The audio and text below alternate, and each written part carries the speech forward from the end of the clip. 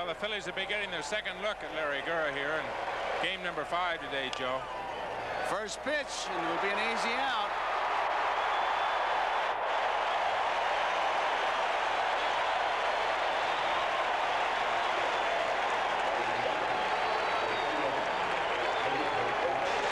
So many times is to try and get Larry Gurra early before he settles down. I wonder if that's what Pete was thinking about, jumping on that first pitch. Little sinker ball. Many times, Pete, the first time if he goes up and he'll look for one pitch. If he gets it, he'll go to swinging at it. Rose was 3 for 15. That brings up McBride. He's 7 for 15, 467. Takes the first pitch low, ball 1. You've been hearing a lot of the sounds around home plate with our microphones. You'll really hear Dutch Rennert call out a strike. We'll try to time it to really give you a full listening.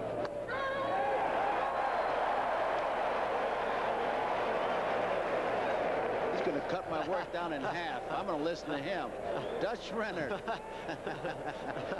I think the audio man said not so loud.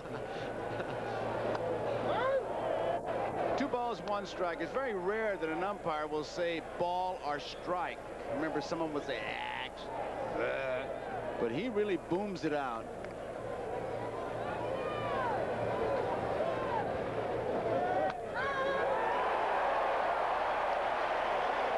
Two balls and 2 strikes. There's the NBC microphone. It's hung right over the screen way behind home plate, so you got to have some set of pipes to reach it that far, and he's having no problems, old Dutch. 2-2 pitch. Joe, you might recall the second last weekend of our Game of the Week season. Rennert was behind the plate in Philadelphia, and Bob Boone paid him the highest compliment I've ever heard paid a home plate umpire. Boone, he said the next day, I've never had an umpire behind home plate where I had to question one pitch. And with him, I had to question not one single pitch. He never missed one. Count remains full. 3 balls and 2 strikes.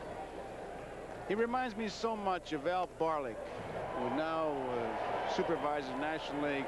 You never had any problems listening to Barlick. You could be in St. Louis, you'd hear him in Springfield, Illinois, where he lives. 3 balls, 2 strikes, 1 out. We're just getting started. Nobody on. Fouled out of play. Tom, how about these shadows?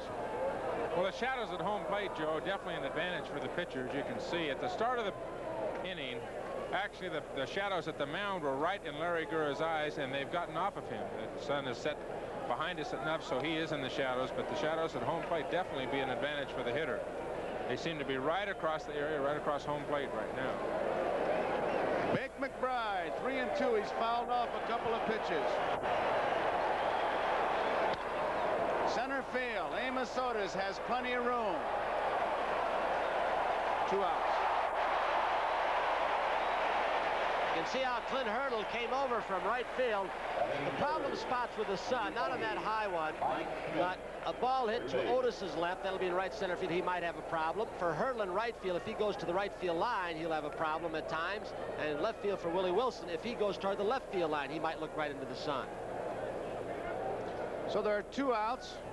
Nobody on. Mike Schmidt, the batter. Schmidt, 5 base hits, 14 times at bat, hitting .357. He has 1 home run.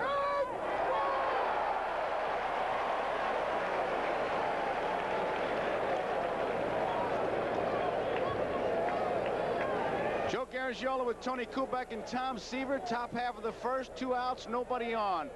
Mike Schmidt takes it inside. It's 1 ball and 1 strike. Pete Rose hit the first pitch right back to Gurra, easy out. McBride, 3-2 count, fouled off a couple, hit the ball to center field, a routine fly ball, 2 outs. And here's Schmidt, 1-1 the count. Fouled out of play, 1 ball, 2 strikes. Joe and Tom, we've talked as we look at your line score about the Royals being a better hitting ball club against right-handed pitching. Phillies are a better hitting ball club, I think, against left-handed pitching. If Gurra has an advantage today, it's a gusting wind that is blowing from the left field corner to right. So Boone's ball got stopped by that wind, and the Wilson catch yesterday, it might stop some balls to left field today.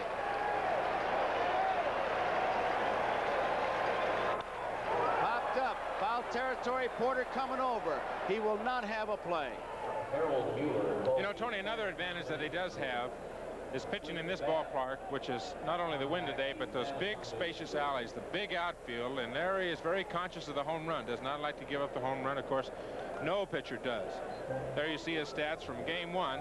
Pitched 6 innings, gave up just a couple of runs.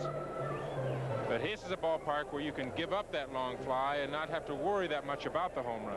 I think as in Philadelphia, he was a little bit more concerned about the home run. There's another home run hitter, and Greg Luzinski on deck. 1 ball, 2 strikes, 2 outs. Time call now. Porter says, I'm going to start a new sequence of signs. Apparently not sure in his own mind.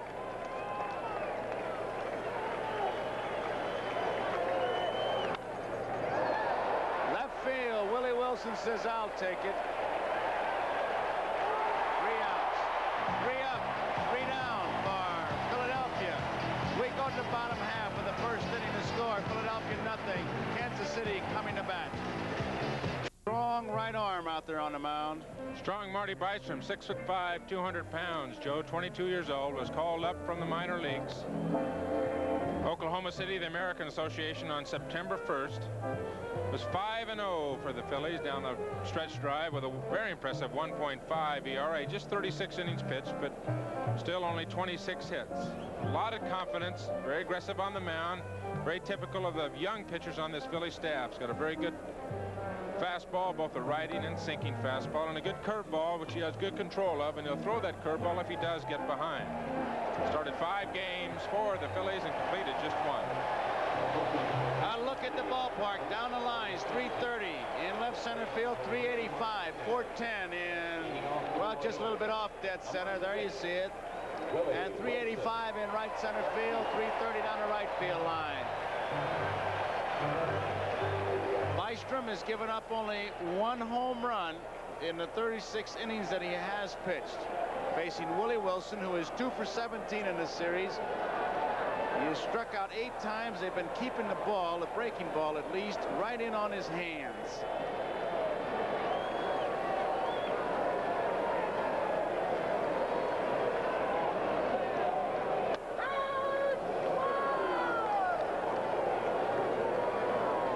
Strike, fastball. No score. Bottom of the first, nobody on. Leadoff man.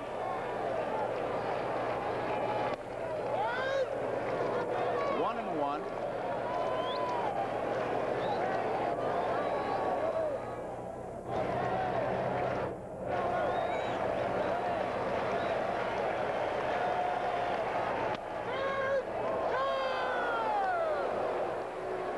Willie sure has struggled in this World Series, hitting just 118. Left side, .083. Stolen 2 bases. Here's where they come with the curveball, and there it was. 2-2. May try it again. 2 balls, 2 strikes. He got 2 quick strikes to the fastball. Now he's got him crippled. They're not giving him strikes in there. When they get ahead of him, 2 strikes, they go inside bad. 9 strikeouts for Willie Wilson on a curveball. The record is 11 strikeouts. A good example of the way they've been pitching to Willie Wilson. Hard stuff in, and then when they do get 2 strikes, come back with a breaking ball, and you can see it break right down underneath Willie Wilson's bat. Marty Bystrom, a young pitcher, has a very fine curveball. Here is Frank White. White has 2 base hits, 18 times at bat. That's a 111 average.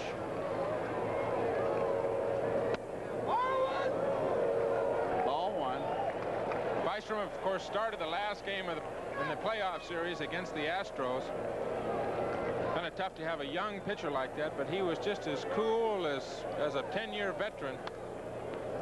Out of play, 1-1. I talked to Herm Starrett before the game, talking about him, how he does keep his cool, how he does have good poise for a youngster. And they told him he was pitching before that game. He says, "Give me the ball. I've been waiting for you to give it to me for the last 7 days." He wanted to pitch that game.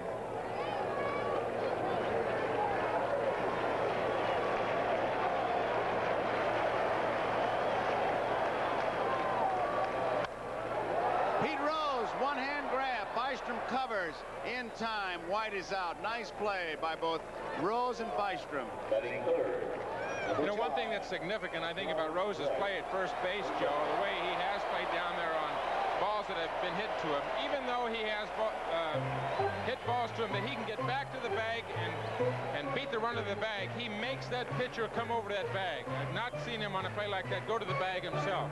And that forces that pitcher to hustle over to the base. A pitcher will never get lazy when it does that. Even if Pete is just a few feet off the bag, he seems to want that pitcher to come all the way to first base. So there are 2 away, and here is George Brett. Brett 6 for 15. That's a 400 average. He has 1 home run, 2 runs batted in.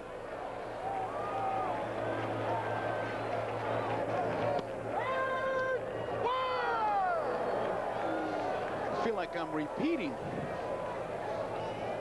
He makes those American League hitters who haven't heard him before, well, they jump a little bit. A little startling. He likes to put it on, Dutch Renner does. Any ball hit to right field in the air is going to get a lift from that wind blowing out to right field. 1 ball, 1 strike. As a catcher, you love to hear that. As a batter, you don't mind it until it's the 3rd strike. Then you'd like to take that bat and stifle him, the umpire. But it's not his fault. There's another base hit, so what's new? And that'll bring up Willie Aikens, and he should get a tremendous hand when he comes up.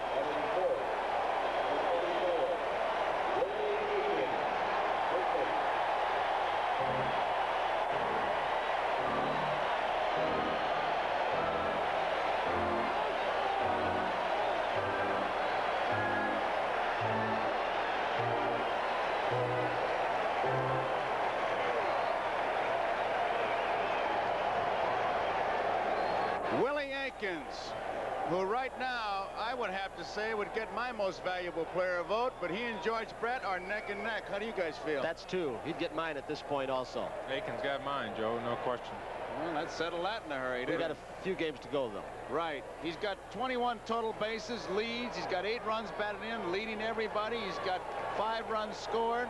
He's got 4 home runs. 1 ball, no strikes, 1,400 slugging percentage. He's got that, and he's got his back foot out of the box. And Dutch Renner, just before the ball was released, took a glance down on the first pitch to see if his foot had moved out of the box. See what Renner said, there, you see him nod down, look at the foot. Now he can't anymore. There goes the runner, pulled foul.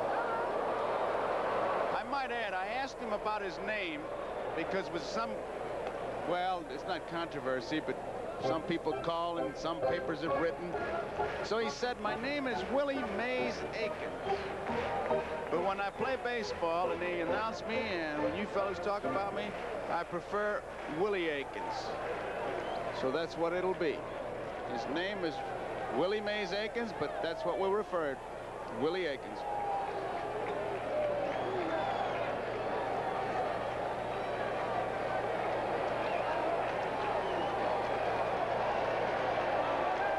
Ball, 1 strike, 2 outs. George Brett is on at first base. Outside. 2 balls and 1 strike. I think kind of a touching story as we look at this crowd here in Royal Stadium. Willie Mays Aikens had a speech impediment. Still does. A stutter. You may have heard him earlier today, but he was very shy, but he's overcome it. And this has really helped him, he said. It's really helped him to come out. He's had to do a lot of interviews, and he's really come out of the shell. I think it's great. That's why I think Mel Tillis, the country western star, he brings it out and he's working on it. There goes Brett. They're going to have a tough time getting him. They won't get him.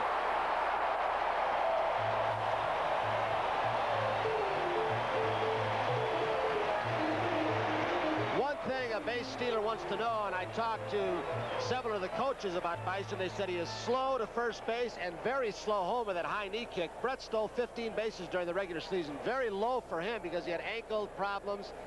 But boy, look at the slow delivery to home plate. No chance for Booney.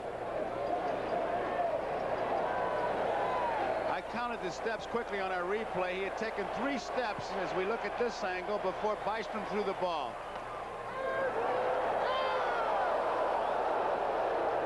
Aikens called down on strikes, so that ends the inning. We complete 1 inning of play here. The score, Philadelphia nothing, Kansas City nothing.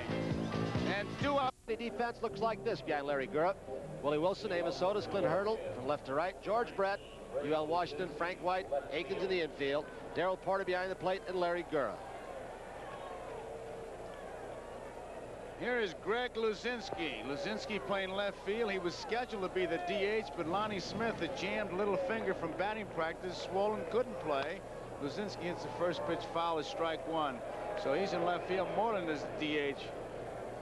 Been a little bit of controversy swirling around this big guy. He was sick in Philadelphia, but said yesterday, at least was quoted in the paper, I wasn't sick, I could have played. Dallas Green told you, Tony, that he couldn't play or didn't play him because he was sick. So Luzinski said he was sick one day, that he was unable to play.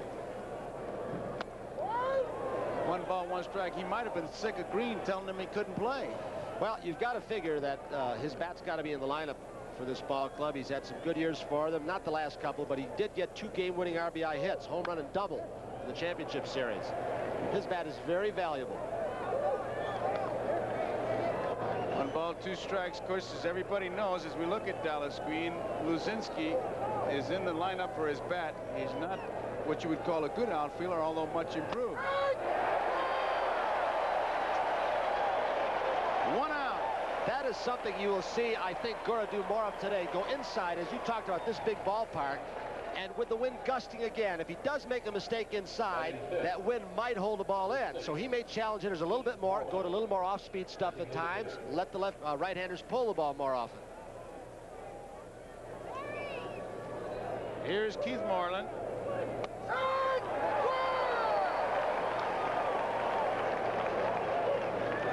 Renard has this crowd stirred up. They're reacting to every strike call. They can hear him all over the ballpark. 2 strikes. He turned over a screwball. Gura, remember in that second game, pitched 4 perfect innings. He retired the first 13 men that he faced. Didn't mean to swing. Little looper. Hurdle is there. There are 2 outs. I'll not belabor the point, but Hurdle is having trouble with the sun. Gura's in the shadows. There's a strip of sunlight running across in front of the plate. Home plate is in shadows. So the hitters, the umpires, the players are having problems, and our video man must be going bonkers trying to balance the colors. You can see how bright it is out there, and now we go in the darkness. So guys, we appreciate your effort. And people need not adjust your set. It's just Mother Nature. Strike one. Joe, you can see it on the first 2 hitters in this inning. Luzinski just froze in a fastball inside. It looked like it was down. That's his pitch. And Moreland had a very weak swing. He waved at the ball that hit the right field. So the shadows are a factor for the hitters. 2 strikes. Tony, not only the shadows are a factor, but I think Larry Gura pitching, there's a good shot of the shadows and what we're talking about here at Royal Stadium. Gura pitching and mixing his pitches up more, and your point about him coming inside, he must come inside with his fastball from the end of the plate into these right-handed hitters. When he does that, he's going to make all his other pitches effective, just like the screwball that he threw or the changeup that he threw to Moreland, and then Moreland comes right back and swings at a bad pitch out of the strike zone. This little left-hander knows how to pitch. He has the 4 basic pitches, and when he's pitching well, he knows how to use them. Screwball outside. 2 balls and 2 strikes. He pitched 283 innings, and he only hit 5 people, and you know he's going inside a lot, so that's pretty good control.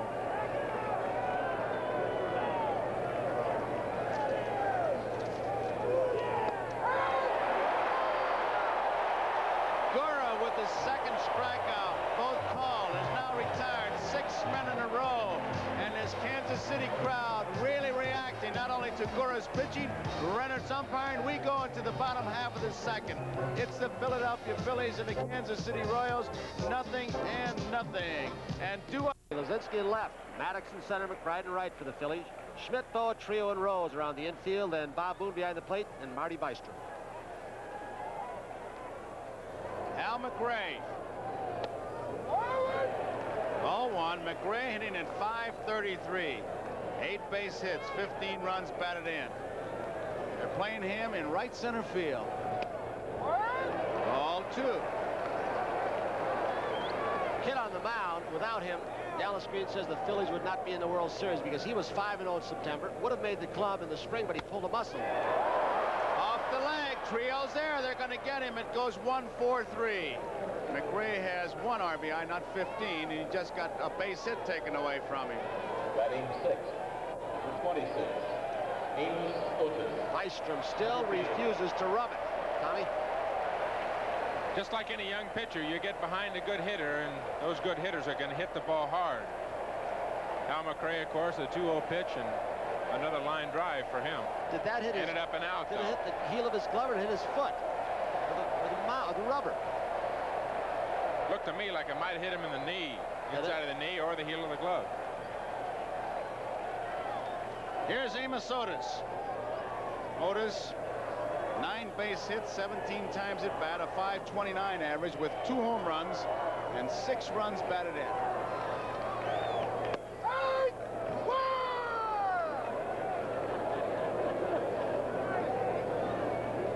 After this batter, I'm going to ask Luciano if anybody ever told Renner to do a little more quietly. They're going to check the bat. He's going back. We're going to ask you right now. Anybody ever tell him, hey, let me hit and be quiet? Hey, when I first started out, I was as loud, if not louder than him. And every batter used to say, "Will you shut up? Keep that down." It drove him crazy. For all pitches, they really yelled. And I had to shut up because they kept telling me, don't do it, don't do it. And I'll tell you, you antagonize the ball players and they get very, very provoked. Hey, why does he do it then? He spent so many years in the minor leagues, and down there you've got to dominate. I mean, you've got to let those young kids know that you are boss. And everybody in the minor league does it. He spent 12 years in the minor leagues, so finally when he got up here, he can't change. He's entitled to it, 12 years in the minor leagues, but what do you mean in the minor leagues they dominate? You guys think you're dictators in the big leagues. 1 strike pitch to Otis.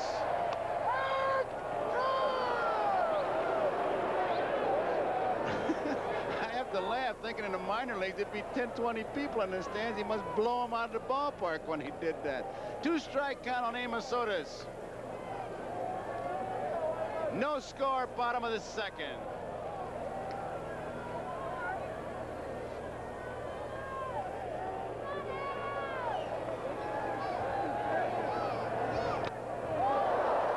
Missed it. Bat all the way out to the shortstop, Larry Boa. Batting 7th. And that's the 3rd strikeout for Bystrom. He swung at that like he had no idea where that ball was. It was a pretty sharp breaking. It was hard and a real tough breaking pitch, even though it was up. He threw him very tough, Tony. He threw him a good pitch on the black. The pitch before that, and comes back another pitch on the back, and you can see how Amos Otis looking at that young pitcher on the mound. Brings up Clint Hurdle, who was 4 for 9, a .444 average.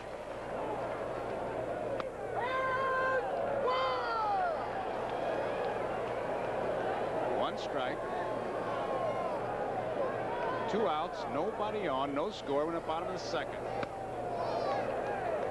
2 strikes. One thing we haven't seen during this series that I expected to see more of, Joe, are off-speed pitches, more off-speed pitches, change-ups, straight change-ups, and slow curveballs. Clint Hurdle got a curveball here. Willie Aikens got a straight change on the first pitch of the last inning. There's another off-speed pitch. Tom, wouldn't you be doing him a favor as we see this shot here by throwing off-speed pitches with it being so hard to see? When you look at Willie Mays Aikens or you look at Clint Hurdle, you're talking about 2 guys that are dead fastball hitters, and these are guys that you have to change speeds on. You've got to throw the straight change. You have to throw the slow breaking ball. Not only is that a good pitch against them, it's going to help your fastball when you do throw it, especially if you have as good a fastball as Bystrom has. Outside, 2-2. The problem with a guy like Bystrom that he could have against the left-handed hitting is the one that the staff has had against Kansas City the first 2 games. If they make a mistake with the breaking pitch, the left-handers can pull it more easily. If they get it in the air, it's going to go on right out of here on that wind. 3 balls, 2 strikes, 2 outs. Bottom of the 2nd, no score. Clint Hurdle.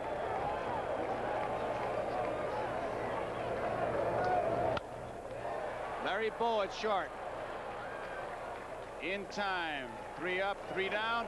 We complete 2 innings of play here. The score: Philadelphia Phillies, Kansas City Royals, 0. And due up for Philadelphia in the top half of the 3rd. The vantage point is behind home plate, but in center field looks like there's some bugs swirling around. Let's get a report from our expert on bugs, Merle Harmon. Joe, there may be bugs in center field, but there are none here behind home plate. I know because of the closeness of our lens and our big lens in the center field camera that those of you watching at home probably see those things flying back and forth, but there's none here at home plate. At least it's not bothering the hitter or the pitcher or catcher. Okay, Merrill, first pitch, center field. Amos Otis is there, and there's one out. That's the tough spot. That little looping, soft, semi-line drive in the sun, and Otis had to battle it. 7 men in a row retired by Larry Gura. Brings up Larry Boa. Boa with 7 base hits in 16 times at bat, 438, no home runs, 2 runs batted in. And they play him on the line against well, he's batting right-handed. Hurdle is not as far over in right field as Wilson would be in left field, is what I'm trying to say. First pitch, base hit. There's the first hit of the game. And Boa leads this series. Stolen base, he's got 3. We told you many times about the surprise steal off Leonard when Phillies were 4 runs down. They played him right. He's a straightaway hitter, more right-handed. Hits it up the middle. From the left side, he hits the ball to left field. Gura's move, I can't remember that it's that good. He changes his rhythm. Not that good a move, Tony, but he has he holds runners very well. He's got such a kick that they can't tell if he's going home or coming to first base. That was it right there. You just called it. Ball 1, Bob Boone. Boa with the first hit for the Phillies. Also leads in stolen bases with 3. They've got a hit-and-run combination up there with Boa on the bases and Boone in the batter's box. No score. Top of the 3rd. 1 out.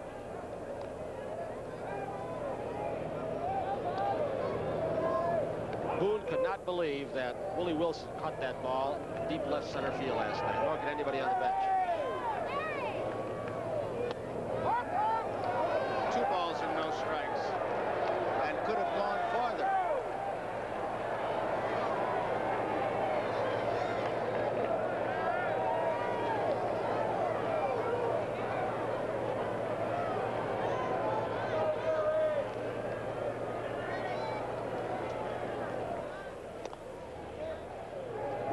He won't give you the same look twice. He'll hold the ball, he'll pitch a little quicker, he'll kick the knee one time, he'll give you a different head motion.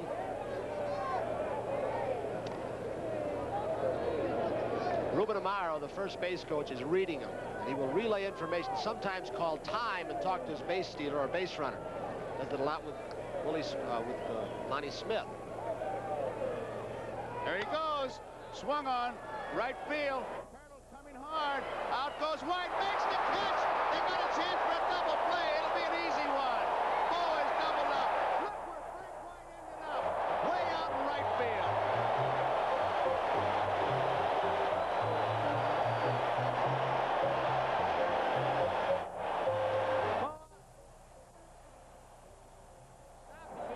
Second, and then he said there is no way he's going to get it. Then he took off again. This ball is in short right field. Look at the composure he had. Instinct, call it what you want, to get the ball back in the infield. Ruben Amaro, watch him. Watch Boa's reaction, Tom. You talked about Frank White's range through the entire series here, Tony, and you can see Larry Boa doesn't believe it either. He knows he's dead by then. Ruben Amaro at that point was waving him way back, get back to first base, but Larry Boa knew he was a dead duck. So, bottom of the 3rd, no score here. Porter leads it off. He is 0 for 10. Ball 1. Both ball clubs with 1 base hit. Brett, the hit for Kansas City. Boa, the hit for Philadelphia. No score. Bottom of the 3rd. What a play by Frank White. There's his first base hit.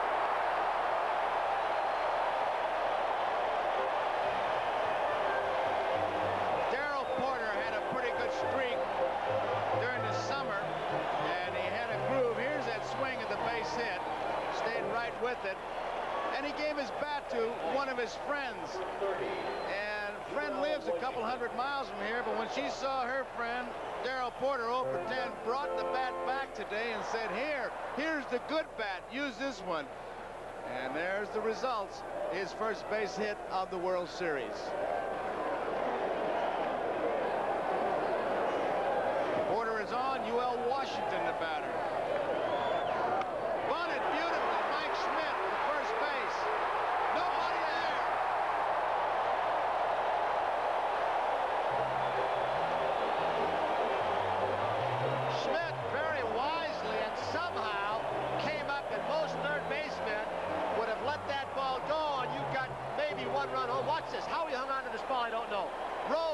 coming in for the bunt, which might have been a mistake, or you could blame Trio because he was bunting for a base hit. Trio did not have time to react and come over and make the play at first base. It was uncovered, but how he hung onto the ball, I don't know, Joe. And they gave him a base hit on it. UL Washington gets a base hit, and Mike Schmidt wants to talk to the pitcher, and here's another look at that play. Watch this. Rose diagnosed. He comes in. Trio starts springing, but he can't get over in time. So nobody's there, and now there are runners on first and second. Look at Boone, how alertly he went down. You can see him in the back of your picture going down to cover third base. Nobody out. Willie Wilson, he'll be up there bunting. Hitting away. How do you like that? Ball one. Well, he's not going to hit into a double play. That you know from the left side. The only thing is, he could strike out for you. He's looking down at Gordy McKenzie. There could be a switch. He has 9 strikeouts in 5 games. Center field. Maddox going back. Tagging up at second is Porter. We're going to have a race. He'll hold. 1 out. Another reason why he didn't bunt was the man you just mentioned. With Porter on second base, does not run well. You've got a situation where he's thrown out at third. So that might not be a bad idea, because then you got Wilson and UL Washington on the base instead of Porter. You can erase him. He does get thrown out. Brings up Frank White, who made that fantastic play to get the double play. With real tribute, as you saw our coverage of Boa, who started, saw the ball in the air, stopped, and then said there's no way he's going to get it. Thought it was going to drop, started for second, and then White made the play. Ended up an easy double play. 4-3-1 if you're scoring is the official ruling. It's high, ball 1. Frank White bounced out his first time up. He had a career high in RBIs with 60 this season. Porter at second, UL Washington is at first.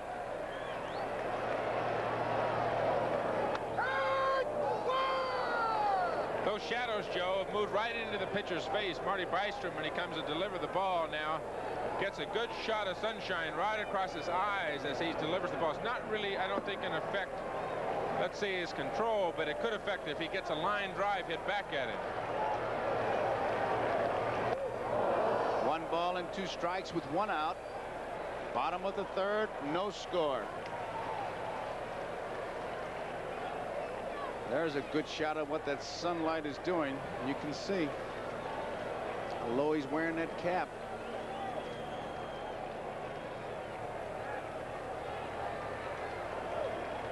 His pitcher's face is completely in the sun. You can see on that shot, popped up. They're calling it an infield fly as Trio hauls it in.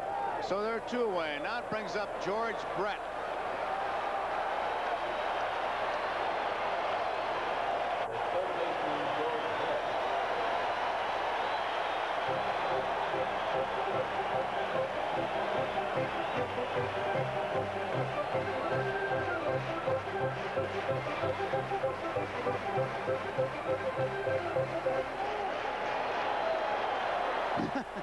Crossed fingers by the Royals fans. I hope you heard the interview Brett had with Tony about the knockdown pitches. Fouled out a play. He said, I don't know.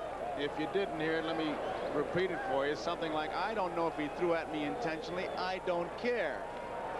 You're not supposed to be intimidated, and I'm not going to be intimidated by it. During the season, this man hit .437 against right-handed pitching. His power stats are a lot better. The All-Star game on, he hit .420 against everybody. Is that hot?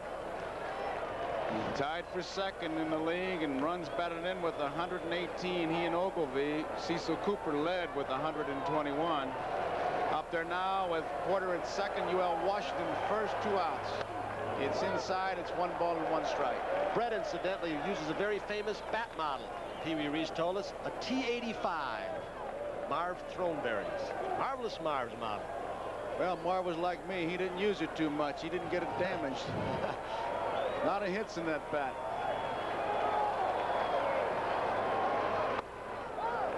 Two balls and 1 strike.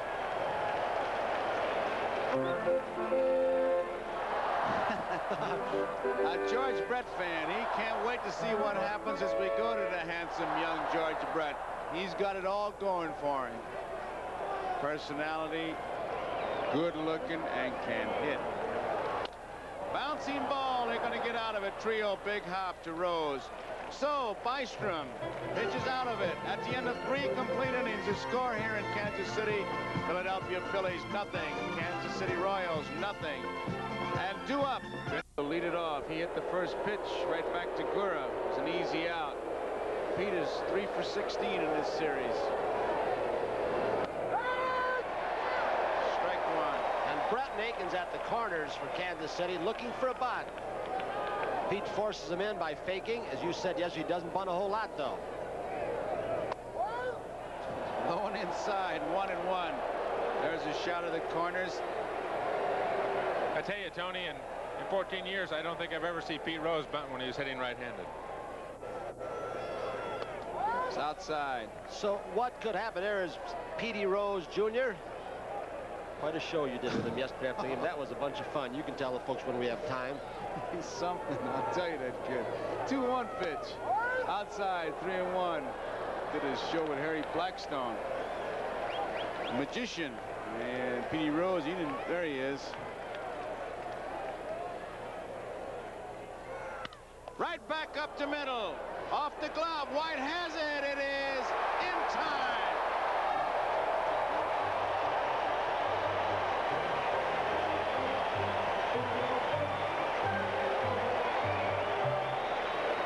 We've seen a good example of what happens when a pitcher gets behind. Marty Bystrom got behind Hal McRae. He hit a line drive, and here's Pete swinging at a 3-1 fastball. It had a good chance of taking Larry Gura's right arm off. And like McRae, deflected right to the second baseman, and the pitcher gets an out of it. That's an excellent play for anyone. Frank White, as soon as the ball is hit, your reaction is, even before it's hit, you're moving to the right on that ball, up the middle. And then you've got to reverse ground and reshuffle your feet and make a good play as he did. Here's Big McBride, bunts it. Gura's going to get it. Flips to Aikens, 2 outs. Safe, safe. He missed the bag. He did a tap dance and missed the bag twice. And the first base umpire, Nick Bremigan. Now Gura is checking. He's saying he got the corner. But you could see Aikens really doing a Fred Astaire down there and never could find the bag. Gura makes a good fielding play. He saw it coming, and this is a tough play for a left-hander, but watch the foot. He's looking down at his toe. Up. He knew he missed it the first time. What they're arguing is that he touched it before. Tie. We're going to ask Ron Luciano when we have a chance about those ties at first base. There's an old expression we used in our neighborhood, maybe in yours too, Joe, as we look at the play again. A tie goes to the runner. I don't know if that's true or not. No such thing as a tie, Tony. The rule book says if the ball beats you, you're out, and if you beat the ball, you're safe. No such thing as a tie. Outside ball. And hey, Ronnie, I just want to ask you, we always hear about you guys in your replays. You saw it on a replay. What'd you think? I thought it was a tie. Well, there's no such thing as a tie. No, I gotta say Nick Bremigan was right, because he was behind it and the front foot gets it, the foot closest to you. That's what they teach you in school. The foot closest to you, you give it to him. Strike 1, 1 ball, 1 strike, meaning the foot closest to the umpire. That's right. And in that case, it wasn't Willie's. So Nick went against the rule book. Nice going, Nick. I thought I'd bring that up. The closest foot to him was Aikens, and he gave it to McBride. But then again, Luciano's favorite color is plaid. 1 ball, 1 strike, 1 out, no score. They've had a lot of bang-bang plays at first base. There was an error on Aikens. Give the assist to the pitcher. Error on Aikens, the official ruling. Nice play by Darrell Porter. Want to look at the ball now. 2 balls, 1 strike, 1 out.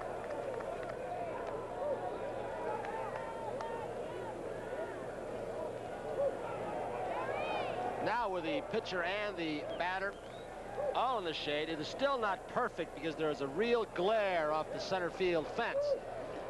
But I think it's a little better right now to hit. Still not ideal conditions.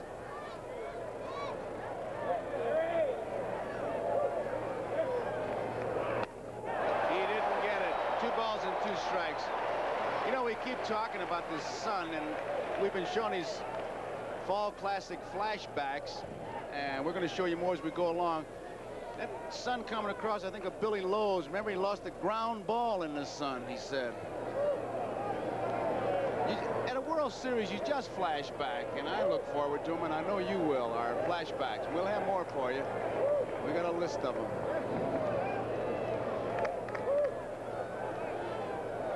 Two balls, two strikes, one out, no score. We're in the fourth. Good shot. You see exactly what McBride's seen, the move from Gura. There's the foot action you talked about, Tom. A lot of pitchers cheat and step halfway between home plate and the first base bag, the left-handers. Gura tries to do it with knee action, head movement, and steps pretty much directly toward first base. He did that time. Well hit. Center field. Otis is going back near the warning track. It is a home run. 2-0 Phillies.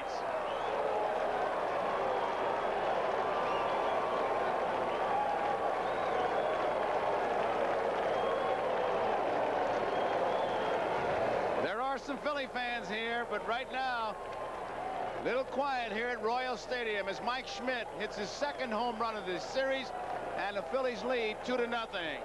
It's how Mike Schmidt talked about moving off the plate so he can extend those arms more. And the first pitch to him was inside. They tried to jam him, he laid off, and then they went away, and Schmidt really extended the arms. Well, Mike Schmidt, you're looking at one of the strongest hitters in the major leagues. And if you give him a chance to extend those arms, he's definitely going to hurt you. Gura threw him 5 pitches. Of the 5 pitches he threw to Mike Schmidt, 4 of them fastballs, and that one he got out of over the plate and hit it a long way. 1 strike on Luzinski. Nice play by Brett. Backhand, long throw. Beautiful. He gets a nice play.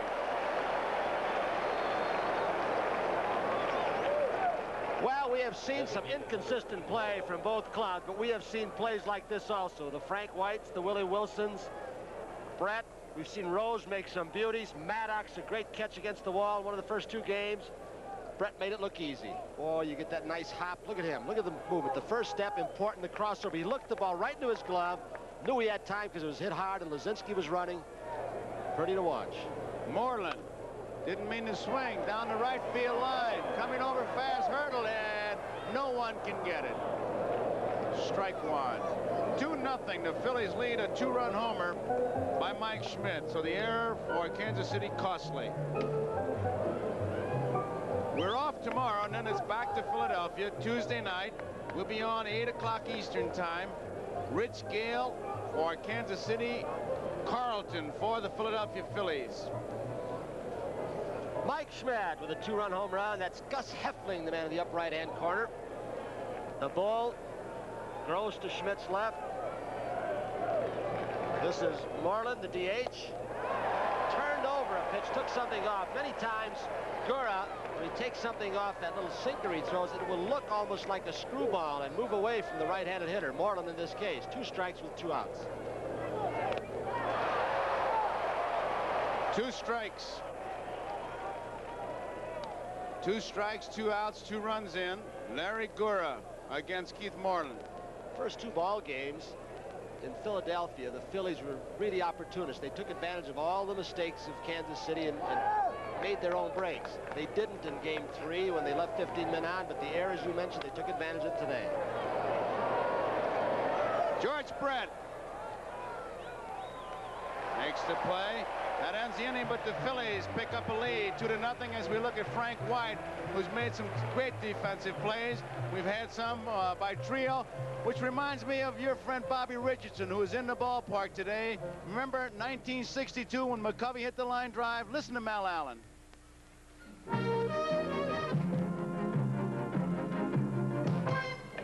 Ralph Terry on the mound for the Yankees. 2 out, bottom of the 9th inning, 7th game of the World Series. Willie McCovey at bat, runners on 2nd and 3rd. A line drive hit right at Bobby Richardson as he grabbed it. The World Series is over in one of the most heart-thumping finishes in World Series history. 1-0 New York. The Yankees win the series 4 games to 3. Fans love their Royals, and here is Willie Aikens. Slow curveball of beauty. I think the Phillies have finally found out that Willie Aikens can hit the hard stuff, and 4 home runs have all been on fastballs and good hard sliders. And both times that he's been up, he's seen 2 off-speed pitches. There's another one.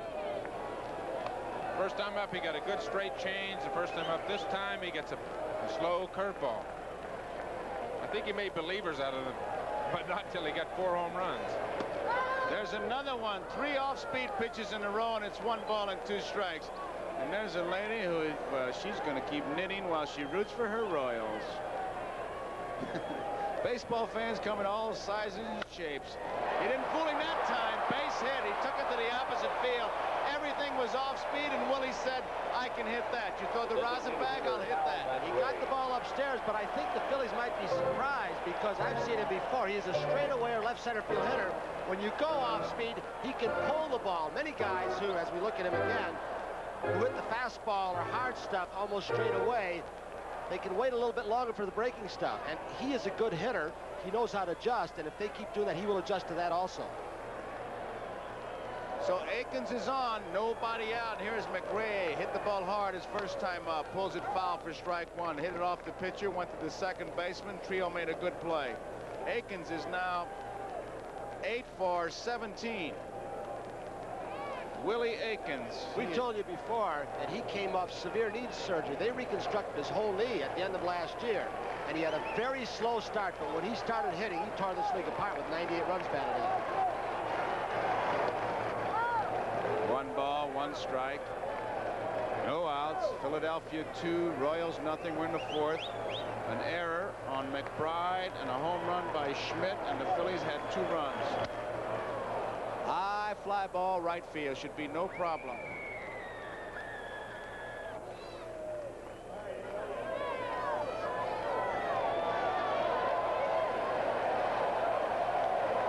One out. Amos Otis. Well, tonight we have a special family episode of Chips. Ponch and John help a young Indian boy protect wildlife from deadly poachers. And then they murdered his wife and his child. Now he's riding for revenge. Clint Eastwood is the outlaw Josie Wales, starting 8 o'clock Eastern time here on NBC. Rose down at first base, not holding Willie Mays Aikens. He's behind him, protecting the hole. 1 strike.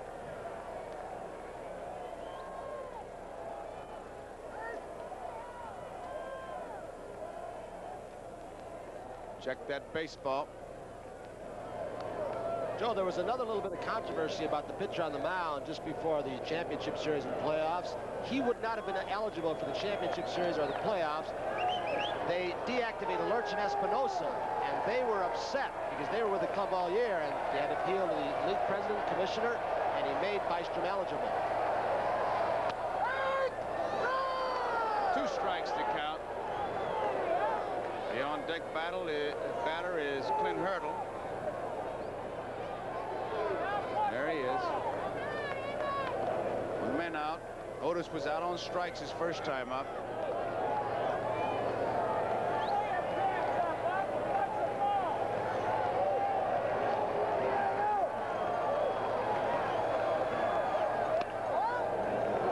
Just missed inside. 1 ball, 2 strikes, 1 out.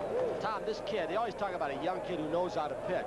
This kid has a command of that strike zone when he's in his groove. Very good command and control of his pitches, and he also is working with a very good catcher back there, a guy that knows how to call a game and will work both sides of the plate too. Bob Boone is very experienced and very knowledgeable on how to work his pitching staff.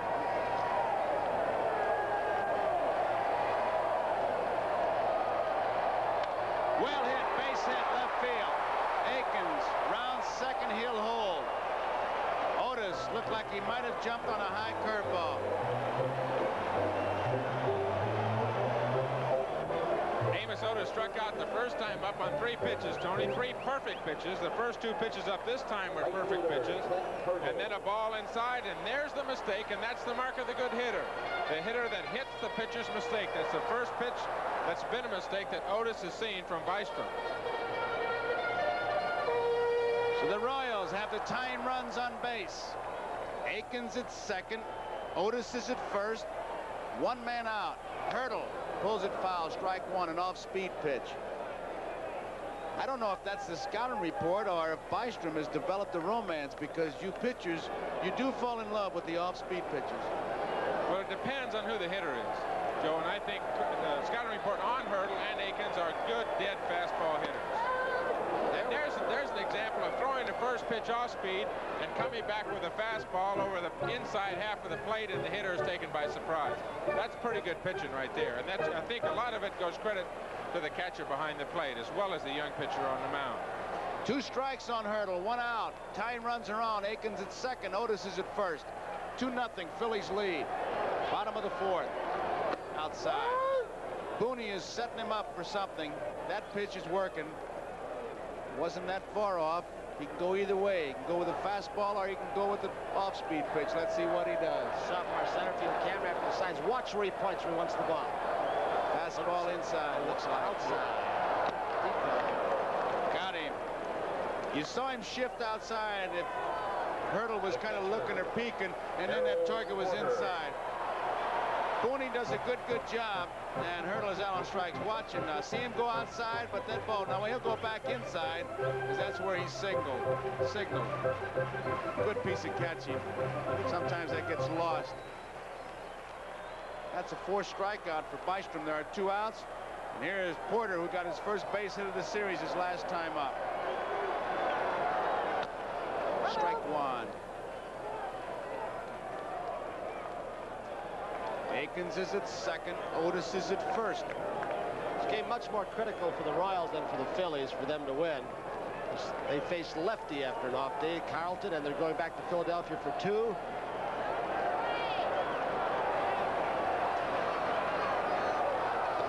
Curveball misses. 1 ball and 1 strike. In fact, it goes right back to before this first game in Philadelphia. When you go into the away town in a short series, you want to come out of there with at least a split. And Kansas City had a chance for a split. They had a 4-0 lead in 1 ball game with Leonard. They lost it. Green, Bobby Wine down in the left-hand corner, and Herm Starrett, the pitching coach.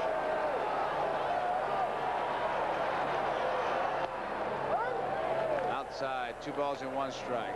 There's a little bit of a play starting to develop that I can see right now between Boone, the catcher, and Boa, the shortstop, who they are seeing daylight between Aikens, who's trying to get a good jump off second base. And if there's a lot of daylight, Boa's going to sneak behind him, and they're going to throw behind him. Right to Pete Rose, line drive. Porter lines to Rose. That ends the inning, so the Royals do not score.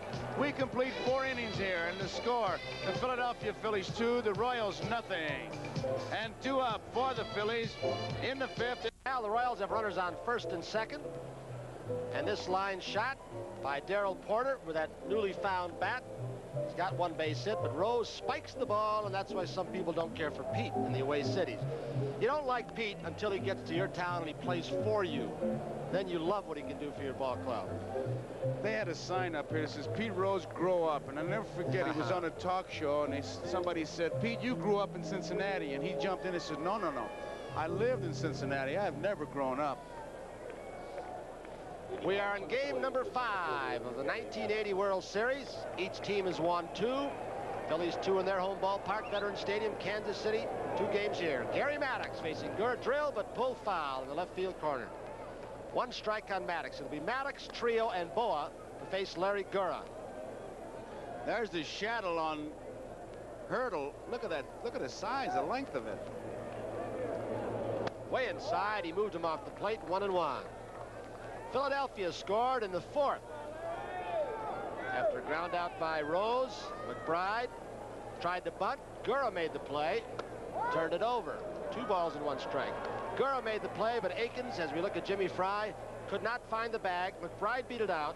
Then Schmidt got a ball out over the plate and drilled it high and pretty far to right center field. So it's 2-0, the Phillies over the Royals. Left center field, deep, Willie Wilson with that great speed. He just outruns balls right at the 385 mark. So he's the 4th fastest man in his neighborhood, huh, Joe? I'd like to meet those other 3 guys and shake hands with him. Watch this play. He simply outruns it. And I want to say this, a tremendous amount of pressure on the young man because he is a disruptive force, and everybody says, and look at him continue to go after that ball. He has not been hitting. He's been striking out a lot. And yet he's made 1 great catch after another. Here's a real good look at him. He's got it in sight all the way. Goes right to the wall. He hasn't dogged it because he's not hitting it. That's the tribute and the real test of the good ball player. Now with one out, it's Manny Trio. Outside with a breaking pitch. Phillies 2, Royals nothing. The Royals have 5 hits, the Phillies 2. The Royals have committed that costly error, and Schmidt jumped on a fastball for the home run. We're in the top of the 5th with 1 ball, no strikes, and 1 out. Trio, the hitter, facing Gura. Loops it out to right field. Hurdle, battle the sun. And it is getting a lot worse now for the right fielder than earlier in the ball game. But he did battle the sun and make the catch. An off-speed pitch by Larry Gura. Manny Trio got way out in front. You can see how he got his balance out on his front foot. Clint Hurdle fighting the sun. Gets behind it, and that is a very difficult sun field for an outfielder to play. Boy, you can see that sun glaring in his glasses. Boa jumps on the first pitch, left center field. Otis over, Wilson over. Either one can get it. Nice running catch by Amos Otis. So, Larry Gura, 3 fly balls, 3 up, 3 down inning. He gets Philadelphia. We'll go to the bottom of the 5th here in Kansas City at Royal Stadium with a score. The Phillies 2, the Royals nothing. And there is Amos Otis.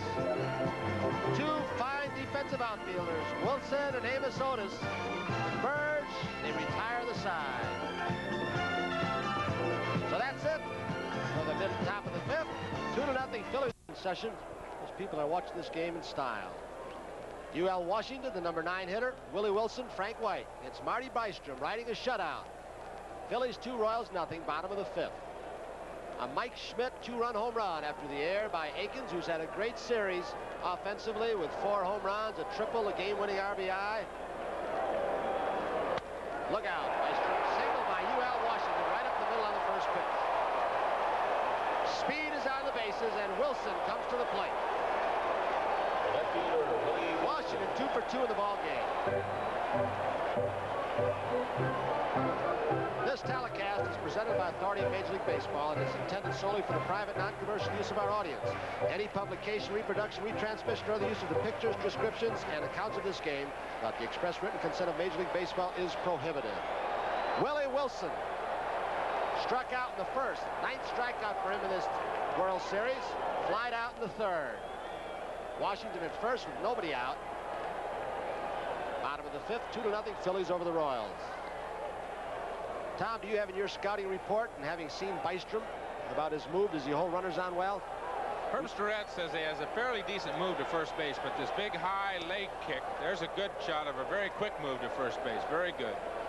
But his big high leg kick, his slow delivery to home plate. And if the runners can get a jump, it takes Bystrom a long time to deliver the ball to Boone. He does have a good snap throw. He almost jumps and pivots on both feet. Louis Tiant has that kind of move.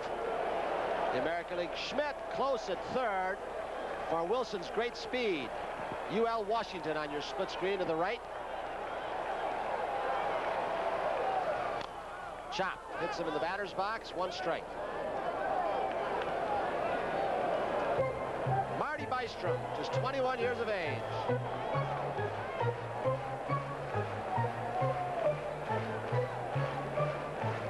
Bystrom, a big man, 6'5", 200 pounds, just 22 years old.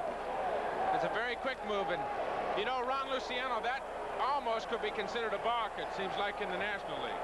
Yes, that is a National League balk, but in the American League, that's not a balk. You're allowed to jump. And they're playing American League Park, so it cannot be called a balk. Which, I've got to wonder, if you're going to play one set of rules in the National, one set of rules in the American, what do you do in the World Series? We got a DH rule. We're playing in the American League Park, so we're using the American League rules. That is not a balk. Well, it says you've got to step directly toward the bag to which you're going to throw it. He is stepping with his right foot first, and then you can't step directly to the bag with your right foot if you move it first. Anyway, 2 strikes on Wilson. Shot, it's going to be trouble. Schmidt makes it stop, but couldn't hold on. He might have had the force at second base. No chance for Wilson. He might have had a force on UL. UL also had a good jump, Tom. So, nobody out. 2 fast men on. Frank White coming up. I don't believe he'd had a chance at anybody, Tony. Willie Wilson, this is what he's been wanting to do the entire series. Just put the ball in play to the left side. Mike Schmidt went a long way to his left, but I still don't think he'd had a shot at UL Washington at second base. You can see the disgust of Schmidt, but he would have had to make an outstanding play with that speed on the bases. He ran a long way to try and flag it down, Joe. Tony, in the third inning, they had the first 2 runners on, and Wilson was the batter. They did not bunt. They're trailing by 2. Nobody out. First 2 runners are on. Let's see how he plays it this time. I would think he'd be bunting right here. I think he has to bunt. Schmidt and Rose are charging. He squares around. He's got a perfect bunt. It's going to be trouble. Schmidt just gets him by a stride, and Trio has his foot stepped down at first base.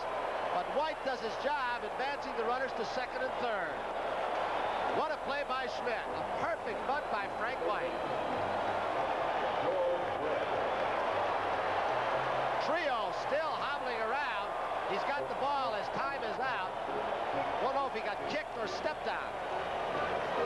He makes Schmidt handle that ball. He got it by the pitcher, and I thought it might be a base hit too, and it was a do or die. And grammatically it's wrong, but effectively he'd do it. You've seen the Royals test Mike Schmidt at third base. He's made 2 fine plays. One here when he throws the ball, the play earlier in the game when he held on to it. Mike, for a big man, an outstanding third baseman.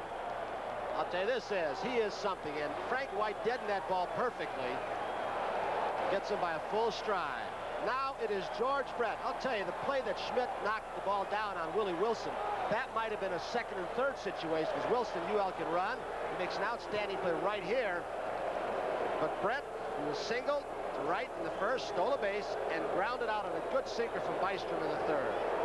Schmidt and Boone going to have a meeting. You have first base open, but the situation in the bunt is the big play right here so far, because Brett, first base is open, but you got your cleanup man coming up. It's 2-0. I think one thing here is that you have to find out exactly what you're going to do. I'm surprised that Herm Starrett or Dallas Green has not come out of the Philly dugout. So Bystrom knows exactly what he wants to do. You're either going to pitch to Brett or you're going to walk him. You're not going to pitch around him. He's too good a hitter to pitch around. Either go after him or you walk him and load the bases and go for a double play and get Akins up there. That's Akins on deck right now. I think one of the reasons neither came out from the dugout, they relayed some information through Boone and Schmidt, veterans who can handle the situation. They didn't want to waste a trip and then have to take him out the second. But now it's Brett with 2 men on. Phillies lead 2-0 at the bottom of the 5th. 1 strike since Dutch Rennert. George Brett, outstanding with men on base. 1 ball, no strike to Brett. Out of play, 1-1. 1 out. I think to put in focus when you're catching, the worst thing that you can have happen is to have a manager, and they say it in many different ways, but it always comes out the same. Don't walk him. Don't give him anything good to hit. Now, if he hits a bad ball, you don't even have a chance to say anything to the manager. You're a bunion head as soon as you step in the dugout. 1 ball, 1 strike, 1 out. Phils lead 2-0. Runners on second and third for the Royals, and Brett the hitter. He'll score 1. Trio over to Rose. UL Washington scores. It is 2-1. Willie Wilson goes to third. And we'll keep Willie Wilson as UL Washington gets the congratulations. He started off this inning with a single up the middle. And now Bystrom will have to make a decision. If he pitch from the stretch, will Wilson destroy his concentration to the most important man, Willie Mays Akins at home plate? Will he take his windup? RBI for Brett. First Royals run in game number 5.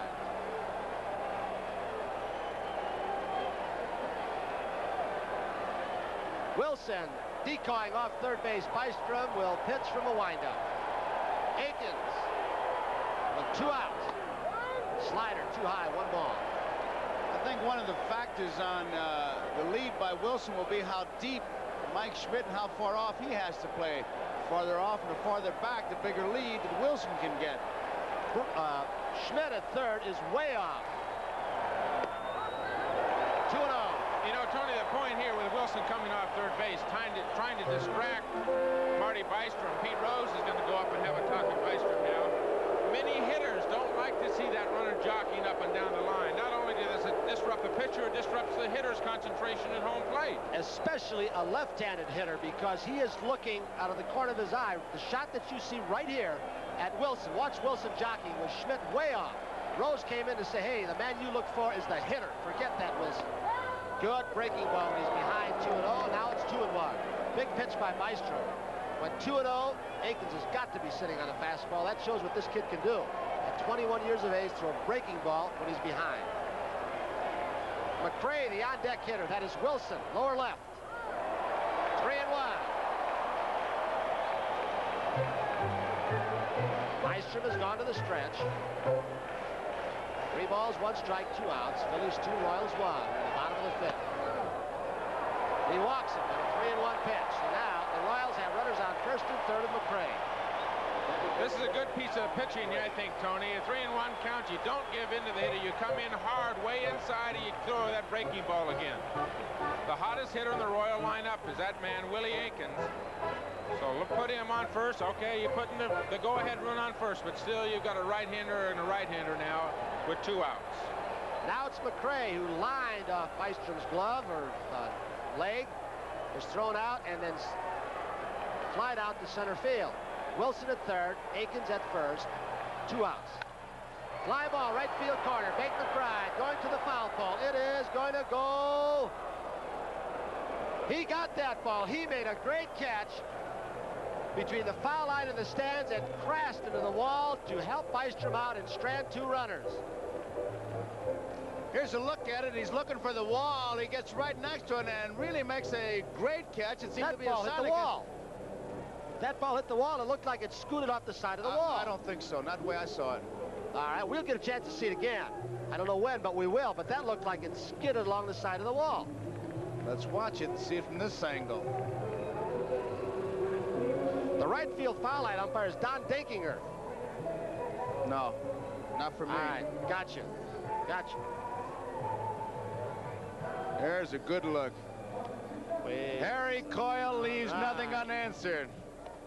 Wait a second. We're going to slow that down again because we have a difference of opinion up here between Joe and me. Watch her again. It is a tough play. No, sir. All right. No, sir. Not for me. We cannot tell by the replay because I still differ with you, Joe. I think it may have caught the wall, and I'm saying may have now. I'm lessening. I'm watching that play right there, and for me, it didn't hit the wall. It hit in his glove, and he closed it. All right, regardless, McBride is retired. They strand 2.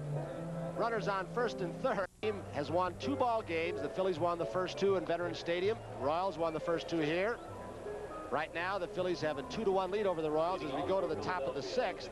A Mike Schmidt 2-run home run in the 4th. You saw the run a moment ago. Washington single to lead it off. Wilson single off Schmidt's glove. White sacrifice. Brett, a ground out, drove home the run. But then a fine catch by McBride in the right field corner. May have saved some more runs. Bob Boone, Pete Rose, Bate McBride. 1 strike to Boone. He hit into a double play in the 3rd. Breaking ball hit hard to right center field. Hurdle cuts it off, so Boone is held to a single. Now it'll be Pete Rose who has grounded out twice. The first baseman, Pete Rose. Well, that discussion we had about whether or not that ball caromed off the wall or not proves the point we've said often, and umpires have too, that replays can fool you. I don't think they lie too much. Tell the truth most of the times, but some of the times they fool you. No, people lie. Machines don't lie. Rose. Boone at first. Squares away, 1 strike.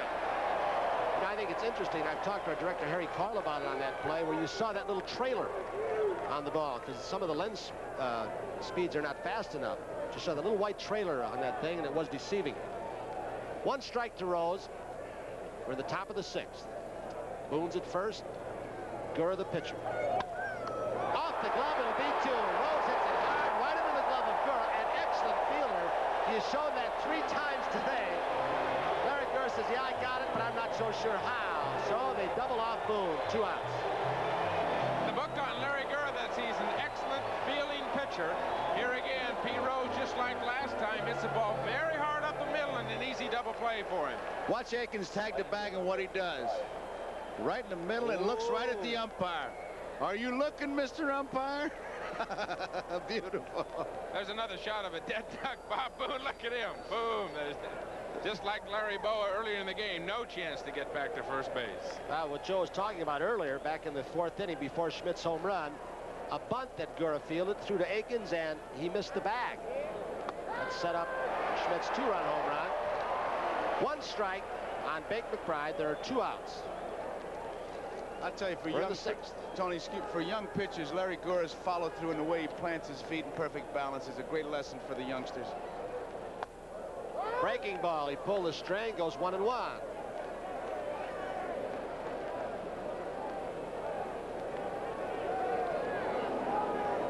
Larry Gura, he is a super athlete.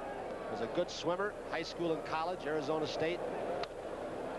Slider popped up, left side. Brett will be waved away. Look out! Willie Wilson came from left center field and almost ran UL Washington over. He really let out his speed that time. UL makes a nice play. They've got tremendous speed on this ball club, and you only refer to it as base runners, but on defense, look at this. UL makes the play. Right there is Willie Wilson, who could have made the play in the same way on a deep fly ball to left center field. Royal Stadium in the heartland of America. Kansas City. This World Series tied at 2 games apiece. Amos Otis, Clint Hurdle, Darrell Porter, bottom of the 6th. All the fans here, we hope you at home are enjoying this World Series. 2-1, Phillies over the Royals. Man you mentioned a while ago, Bobby Richardson in the ballpark, my former roommate. Otis has 10 hits. It is 3 short of Richardson's record of 13 in a 7-game series. Renner, 1 strike. Billy Martin in a 6-game series with the 53 Yankees had 12 base hits. Otis has had an excellent World Series thus far. Otis struck out, single left in the 4th, and a high breaking pitch. Otis takes a lot of time to get in the box, Tony. Gets out, fiddles with his feet, fiddles his gloves, makes sure his pine tar is right. He's no hurry to get in there and hit. 1 strike, Marty Bystrom. Breaking ball hit deep to left field. He hung a curveball. Lazinski is tied at 2.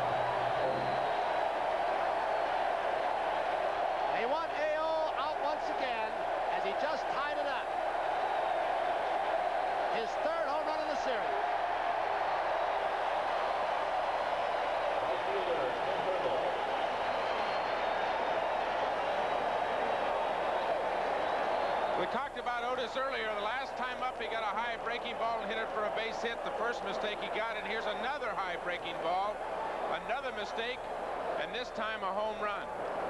The mark of the good hitter is when he does not miss a mistake that the pitcher throws up there. Tom, the first part of the season coming off that finger injury that Otis had, there's the score, 2 apiece in the bottom of the 6th. He was missing those pitches. He couldn't hold on to the bat, but he finished off fairly strongly. He has 3 home runs in this World Series. There have been 11 hit. The Royals have hit 8. Drill to right center field past Trio. So Hurdle is on.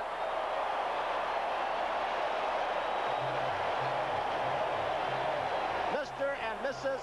Ewing Kauffman. Muriel. When this franchise started, Mr. Kauffman said, "I will supply the money."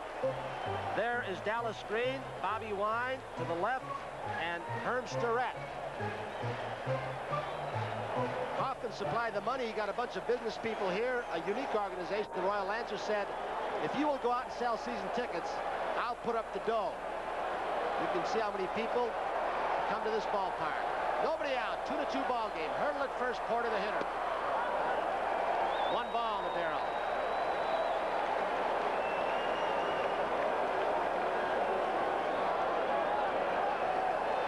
That imbalance in home runs, Tommy, and Philadelphia has some power hitters, but it is surprising to most Snap throw that I think the Royals should be out homering the Phillies at this point. They haven't been a home run team all year long, the Royals. They've been an extra base team. They hit these alleys in this big park. Ground ball could be thrown.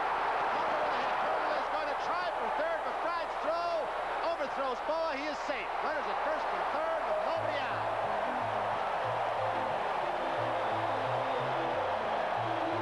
The Philadelphia bullpen's been busy.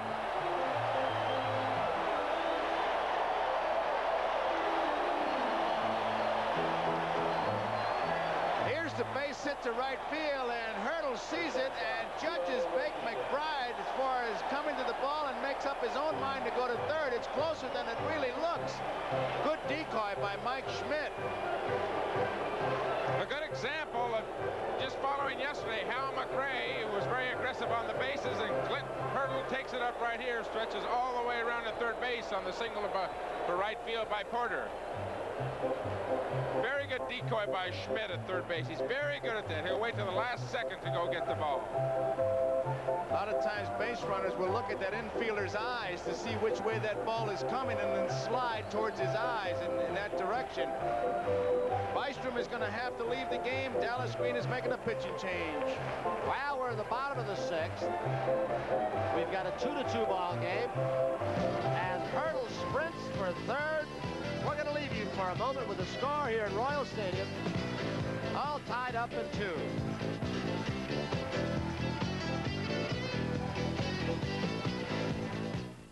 Here as they were in Philadelphia. And we'll be coming back for game number 6 after an off day tomorrow. Philadelphia. New pitcher is Ron Reed. He appeared in game number 2 for the Phillies. The 9th inning and struck out 2. Hurdle is at third. Porter is at first base. UL Washington, the hitter. Porter's hit the ball hard 3 times. 2 singles to right and a line out to Rose. Washington 2 for 2 with 1 run scored. Fly ball left field. Hurdle will tag up. Luzinski will have to go to second base as Porter was tagging up. Here comes Hurdle. Royals lead 3-2.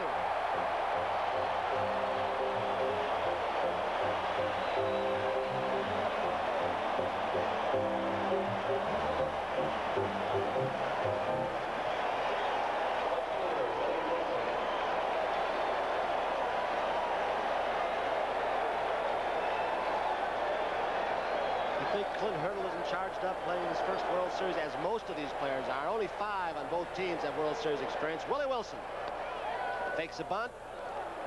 Snap throw, but not in time. Porter, the base runner at first base. It's a 3-2 ball game in the bottom of the 6th. Royals lead. That's an ad-lib play by Booney. Once he gets the ball, he saw the base runner Porter just take a couple steps.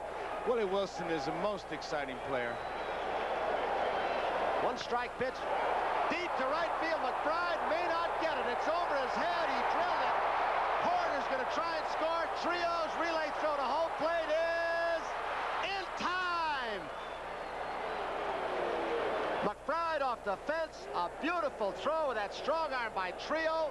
They get Porter. Thought they had no chance whatsoever, Joe. What a great throw. I was watching Porter coming around third, and about he'd lost the gas cap when he came around third, and Trio's strong arm, you just knew that he was going to get him, but Gordy McKenzie had him coming all the way. The relay is just a perfect play. Now watch him give it to Trio, who's really, I think, the best relay man I've ever seen. A strong throw. It's not even close. He could have done the same thing he did, come in nice and polite, but he came in a little bit harder. It's an easy out for Booney. Here he comes around third. Right here is about when the gas tank flew kind of empty. I'll tell you, he had Booney set up because Booney was going to block the plate. He had to go down for that short hop. Now it's White with 2 outs. Wilson will be stranded at second as he pops it foul to Schmidt.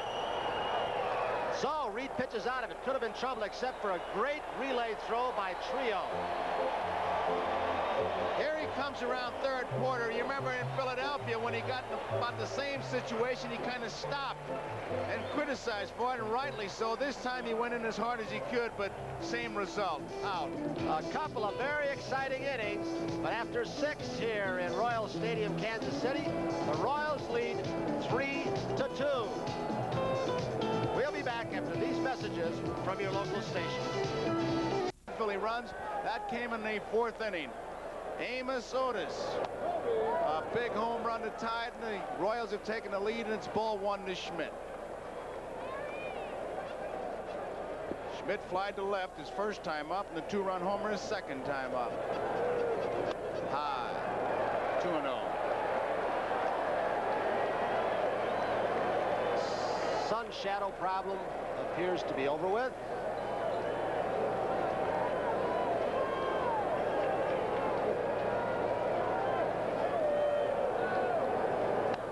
Foul straight back.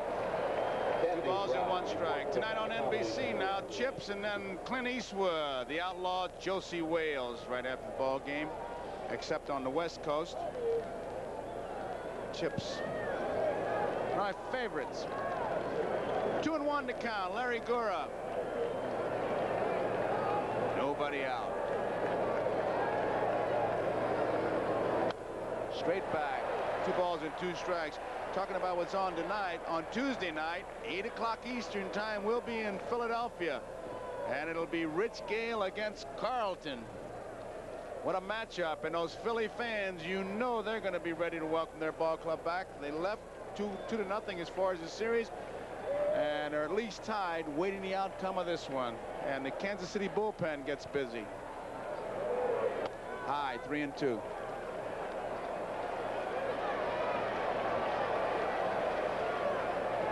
Schmidt.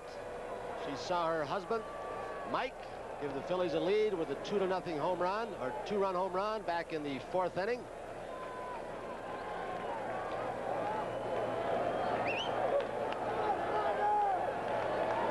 Gura shaking off a couple pitches, and it broke Mike Schmidt's rhythm. Interesting situation here. 1 run ahead. The 3-2 count. What's Gura going to throw? Is he going to go hard stuff or off speed? Looked like it was hard. Might have turned it over a little bit.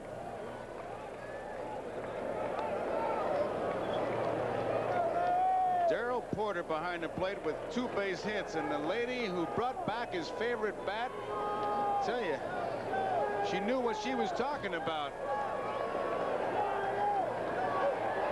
3-2 Royals lead, 7th inning.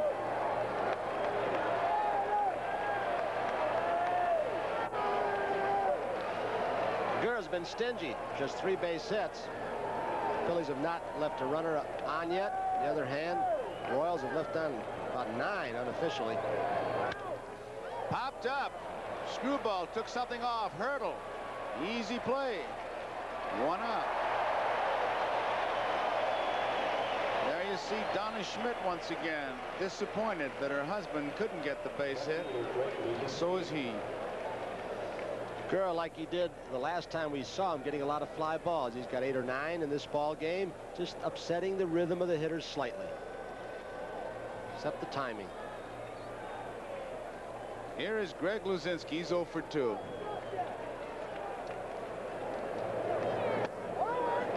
One ball, 1 strike. There's so many things they say in baseball that make absolutely no sense, and then there are some that make so much sense. Don't be in a hurry to lose. Be in a hurry to win, which simply means set your own pace, and that's what Gura is doing. 1-1 to count on Luzinski. Tom, are there certain hitters that you pitch to that you know do not like to wait, and so you might change your pattern to them? Do you go into that deeply? You know, one of the great hitters that was like that was Henry Aaron. He hated it when a pitcher fiddled around on the mound. Hated that. I wanted you to get up there just the way Steve Carlton pitches. Get up and pitch, and that's the way Aaron liked to hit. Just like a hitter will try to upset a pitcher, the pitcher can upset a hitter by ruining his timing as well. 2-1 pitch. 3-1. I tell you, there are about 700 plus times that you guys really got him mad. I got him mad a few times, yeah. I think I got him mad about 7 times in my career, Joe.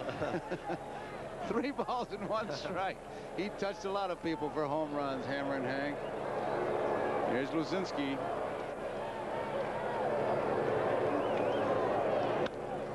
That's out of play, and it goes to a full count. 3 balls, 2 strikes. Good crowd on hand here. They have 42,369. They have 42,363 yesterday, 42,380, and this park is listed as only holding 40,628.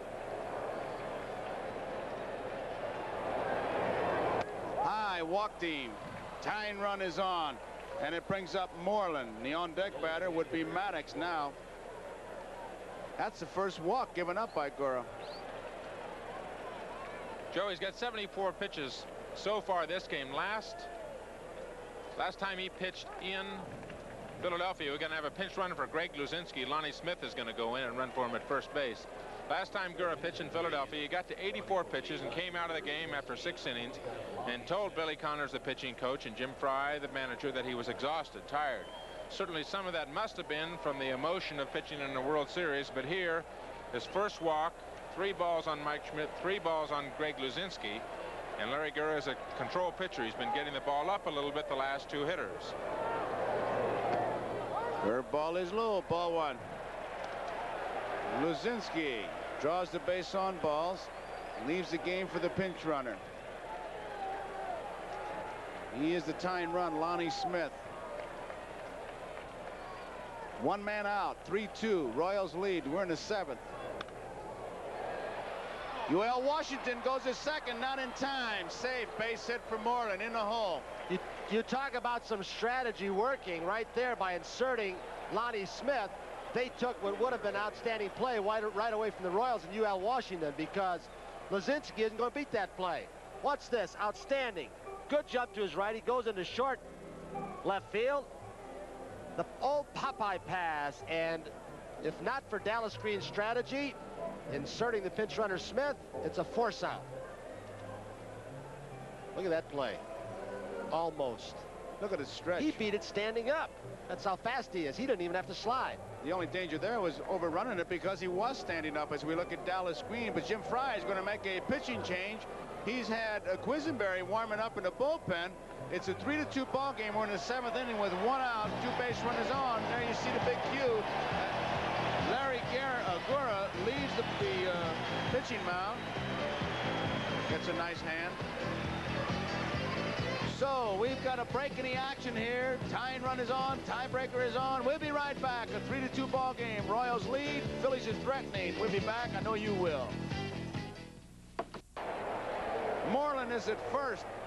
Maddox is the batter. He is 0 for 2. Quisenberry, the sinker baller, submariner.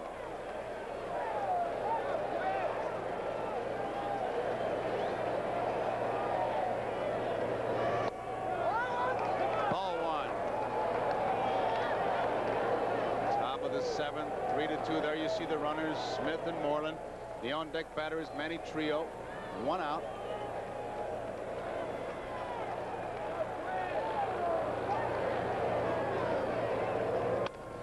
Could be a double play. They're going to have to hurry. There's one. Throw is not in time. Pull him off the bag. They had a chance, but the speed of Maddox made the play. So it's 1st and 3rd with 2 outs and Trio the batter. Keith Moreland helped out coming off first base, because watch how hard he goes into Frank White. By taking that ball with 1 hand, UL Washington may have wasted a split second, but look at Moreland forcing Frank White to throw off balance. Akins leaves the bag. That's more important than keeping your foot on. You got to get the ball and leave the bag.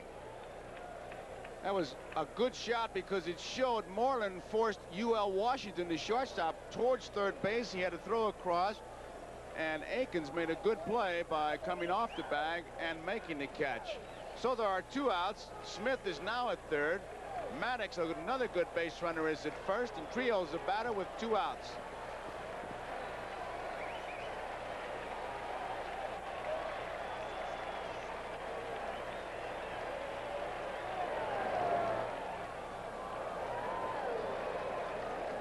Fake the 3rd and maybe get the guy at 1st, but nothing happened.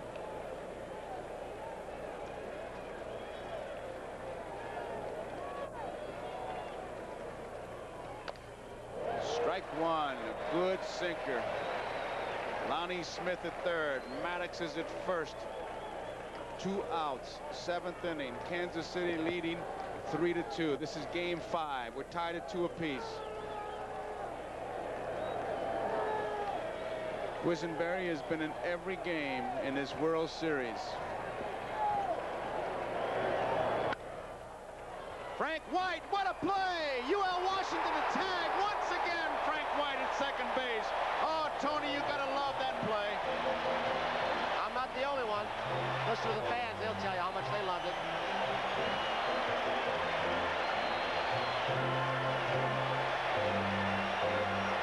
It's first and third.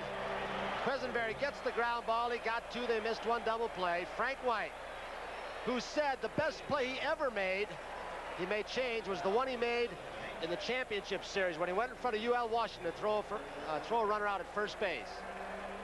Oh, he is something. Defense, and Frank White made it. So, bottom of the seventh, Royals 3, Phillies 2.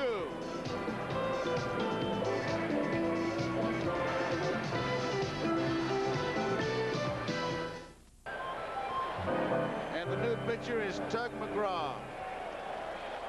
Don't forget, Tuesday night we'll be back in Philadelphia. Carlton for the Phillies, Gale for Kansas City. 8 o'clock Eastern time. Going to be some ball game Tuesday night, and it's going to be some finish here. George Brett. These two clubs, they're playing now that brand of baseball that got him here in the first place. It's fouled out of play, strike one. The Phillies have been coming from behind, it seems like, all year long.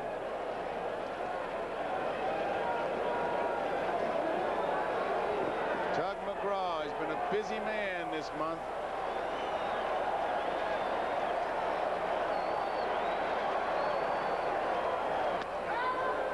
Strike two.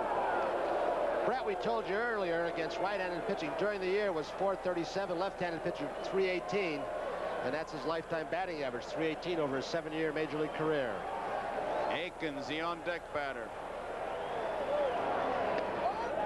1 ball, 2 strikes. The Phillies had only 6 come-from-behind wins in the whole month of September. They've come from behind to win all 5 of the 7 postseason games. There's the bench.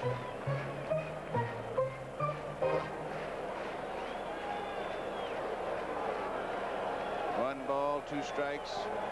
George Brett. Kansas City 3, Philadelphia 2. We're in the bottom of the 7th.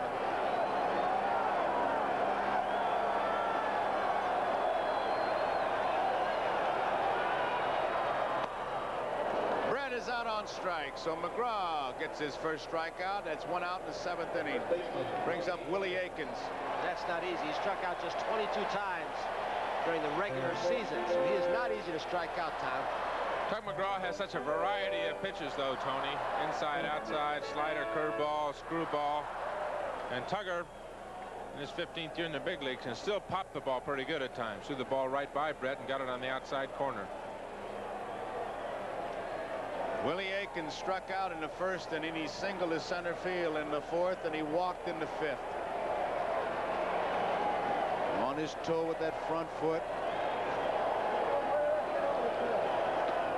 Low, ball 1.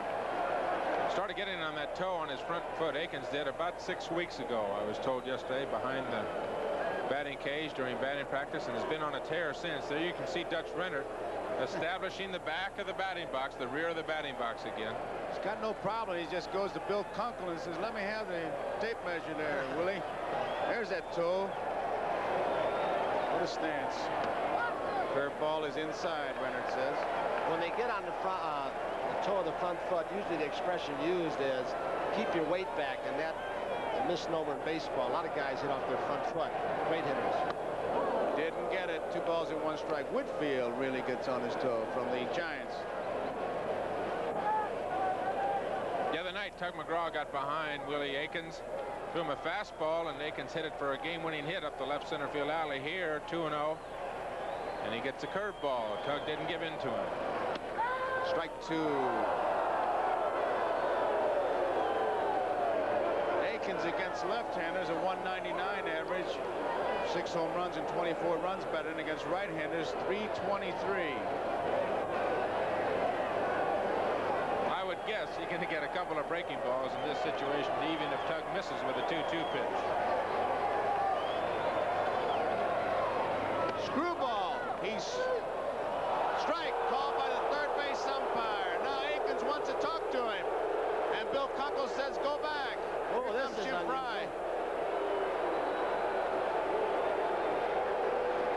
Aikens had words on the pitch before with Rennert.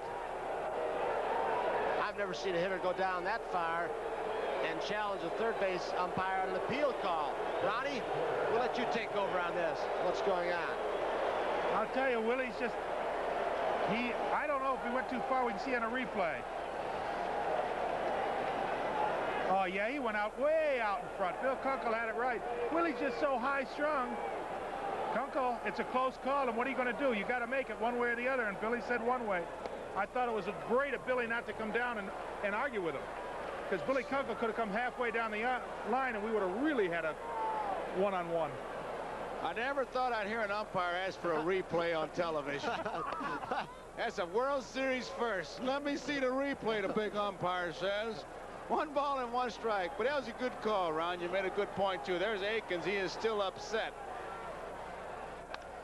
McRae, nobody will get this one. It'll be extra bases. Down into the corner. Lonnie Smith up with it. McRae stops at second. He has himself another double. You remember yesterday, McRae had 2 doubles. He's got another one today. And his bat starting to go a little bit is very important when they go back to Philadelphia. As we look at the screwball he hits in the corner, not hit well, but they were playing him off the line. Lonnie Smith was. It's important because we're going to face a left-handed pitcher, and his bat becomes very important against left-handed pitching, especially a great pitcher like Carlton. You hear the crowd for Amos Otis. We talked about the most valuable player, the race being between Aikens and Brett. You better put this fella in there, too. He has had some series. He has 11 hits, 2 short of Bobby Richardson's record of 13. They're going to put him on. Hal McRae was on at second base with the double, had 30 or more doubles for his 7th consecutive season with Kansas City, and a career high of 54 and 77. In fact, in 1980, he was 4th in the American League with 39 doubles. Yount led with 49. And there's Clint Hurdle. Otis with 7 runs batted in now. He's second to Willie Aikens as we look at the Phillies bench. I might add, with Hurdle coming up, watching McGraw throw that screwball to Aikens in the 46 World Series. One of the real effective pitchers was Harry Burkeen. It was a series I was in with the Cardinals, and his effective pitch against the left-hand hitters and against Ted Williams was a screwball, which is a bit unusual, left-hander against left-hander. We're going to have a pinch hitter, though. Cardinal is coming out. Jose Cardinal.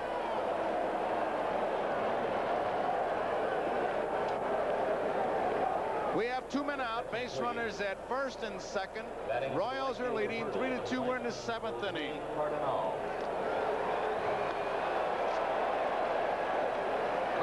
has only been to bat 4 times. He's 0 for 4.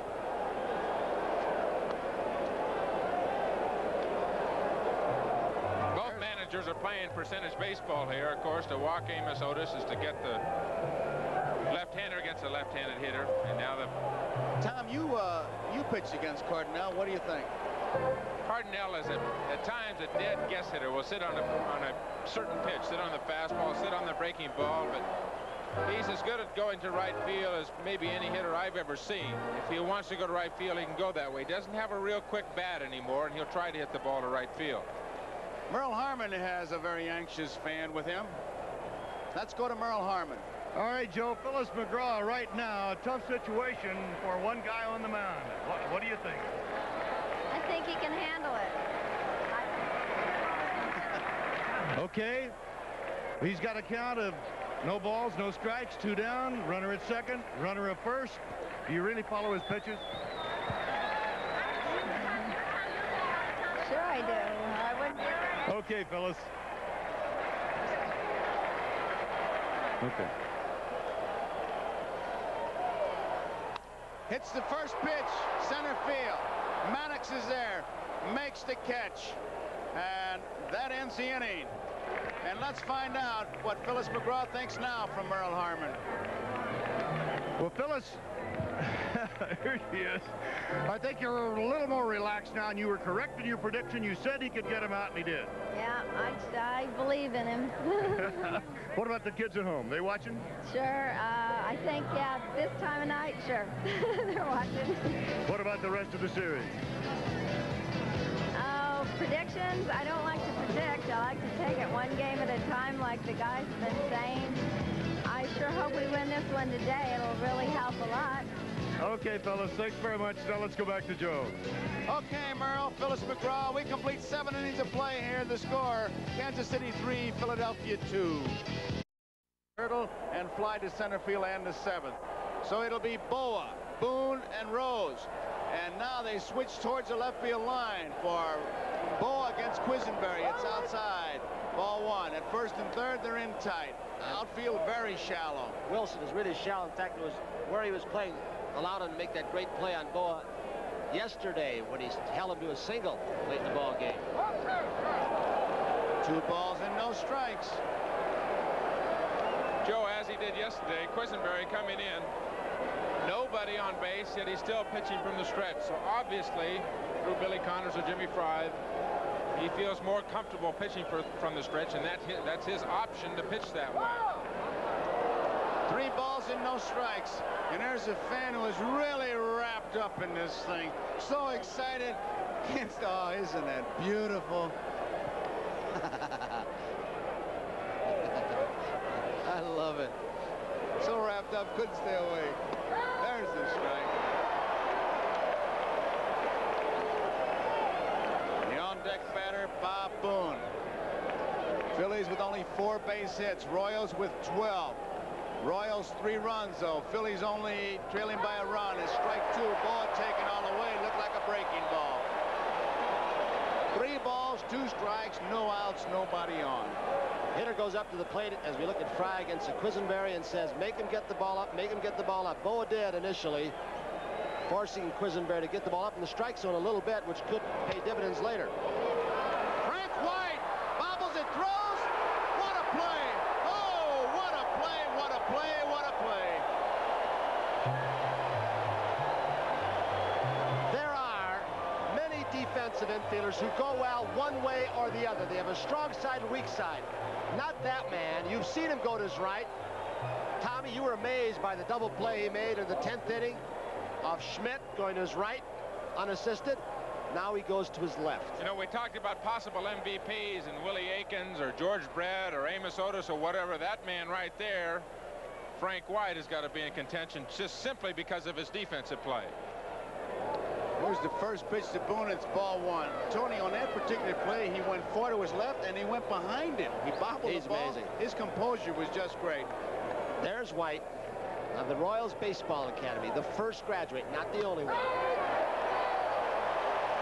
You know, there was a guy, his name is Dick Green with the Oakland A's.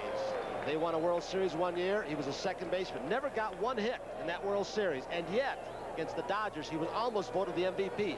Just beaten out. 1-1 pitch. 2 balls and 1 strike. Unfortunately, it's the wood that gets the publicity. The leather just stays there. But Frank White just may change it. That's because the writers, there's Pete Rose on deck. That's because the writers vote for the men who go in the Hall of Fame and not ball players. The preceding was a political announcement by Tony Kubek. Foul ball. 2 balls and 2 strikes. How do you really feel, Tony? It was more of an announcement. It was more of a zinger. Wouldn't you call it more of a zinger as opposed to an announcement? 3-2. The Royals leading the Phillies here. Bob Boone. 2 balls and 2 strikes. 1 out. Quisenberry. Hot smash. Brett. Good play. Long throw. Aikens can't come up with it. Boone is heading for second. White is there. The throw is not in time. Can't handle it. They had 2 shots at him and missed him both times. The ball hits the dirt, maybe the seam to Brett. It was hit like a shot off the bat of Booney. Was not an easy catch, and then once that Brett had it. Here's where he made a lot of errors over the past few years. He may have nonchalanted his throw because he had a lot of time. He's shown a good arm his whole career. It should have been made easily by Aikens, I think, because he did get a big long hop. But Aikens didn't make the play, and White almost made another outstanding play, Tom. We have seen the good, strong arm of George Brett through the series. Really the first bad play that he's made, and the point you made, Tony, the amazing thing is that Frank White, backing up the play, almost made another great play. Pete Rose takes it outside, ball 1. That's about the third or fourth time that Willie Aikens has let a ball get by him over there at first base as well. Well, I don't think it's any secret. He could leave his glove back at the hotel and he'd still play because he can hit.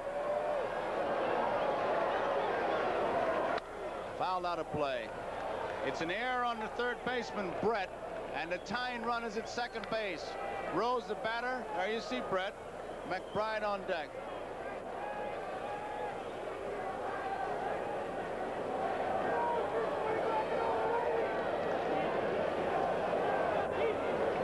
Rose bounced out twice, lined hard to Gura in the 6th, robbed of a base hit.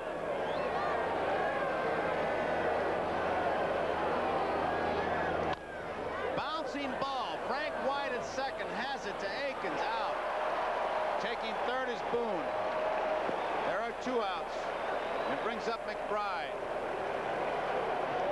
Right fielder, McBride. Coming up on NBC News Monday night, John Chancellor talks to Ronald Reagan and President Carter about U.S. military readiness. And then next Friday, NBC Magazine with David Brinkley gets an exclusive interview with James Cagney. While you're reading that, Joe, Frank White went all the way over to first baseman. There's Boone on third. First baseman Aikens to say, look it, be aware of a bunt. He also yelled in to Quisenberry, you get over if he bunts to try and score that runner. The runner is Boone at third. Strike 1. McBride on a play earlier. There it is with runners on first and third for the Royals off the bat of Hal McRae. Did it or did it not hit the wall? I still think it might have grazed it. I say in his glove.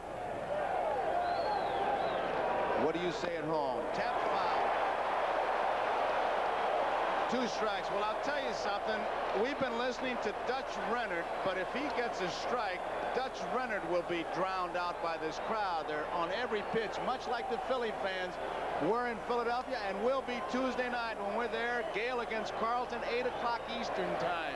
Get ready, make your plans. It's going to be a good shootout. There he is on deck, Mike Schmidt.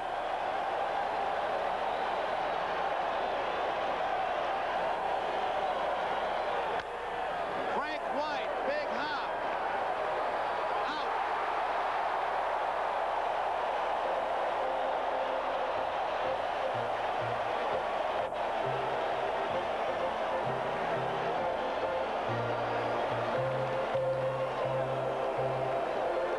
So we go to bottom of the 8th, 3-2, Royals lead, and 2 up for the Royals in the 8th inning. It'll be Deborah brought the bat back. Darrell Porter had not had a base hit. He has 2 up in the day. This one is a bouncing ball. The trio bobbles it, but he'll get him with that arm. 1 out. And the Kansas City bullpen is busy. Shortstop, UL Washington. Tonight, we got a special family episode of Chips, and then big stars. We look at Rennie Martin loosening up. Clint Eastwood, and if you're a Clint Eastwood fan, and who isn't, it's the outlaw Josie Wales right after the ball game, except on the West Coast. And of course, when I say that, it'll be seen at its regular time on the West Coast. I should know that. It's the same thing in Arizona. I hear that, and I know exactly what they mean. UL doesn't get it, and it's a screwball, and it's strike 1. He has great motion on that screwball, Tom. Sometimes, I guess he uses that as changeup. He throws 2 different kinds of screwball. One that goes down that we've seen in this series, and that one that he really pulls the string.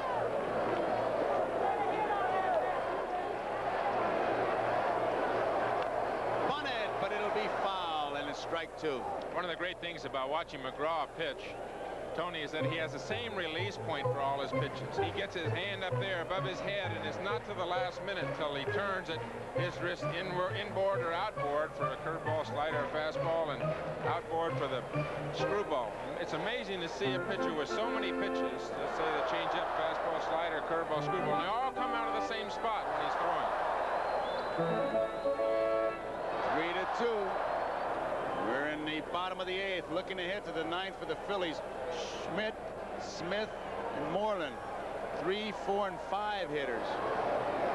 Royals leading by a run. 1 man out. UL Washington with a count of 2 strikes.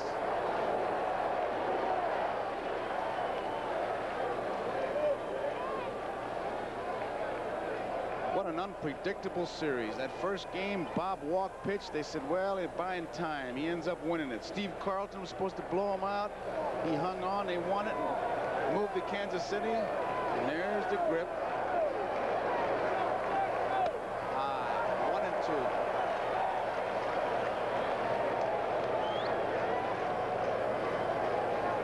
1-2. Tuesday night, it'll be Philadelphia. Gale against Carlton. 8 o'clock Eastern time. We'll be there.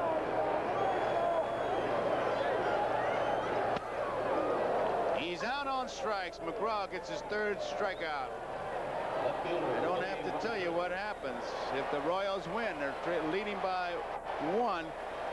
Going back, the Phillies would have to win 2. Done that before, haven't they?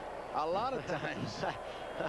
And that's what the Royals kept saying, but I kept saying, yeah, I know, you lose the first 2, you say that's like whistling past the cemetery. But here they've come back 1-2 and leading here in this 3rd one here at home. Willie Wilson. Wouldn't bet against lefty in game 6 in any ballpark. Maybe as great a pitcher as there is in baseball today. Wilson, ball 1.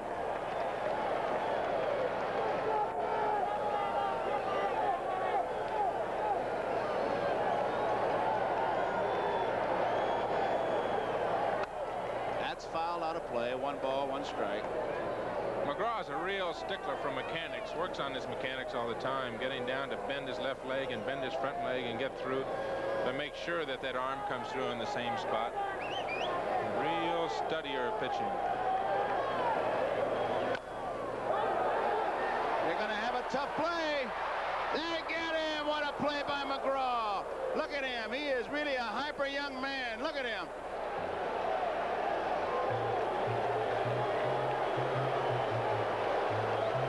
Tucks everybody. I got him. Now you guys go out and get him. Well, we're at the end of 8.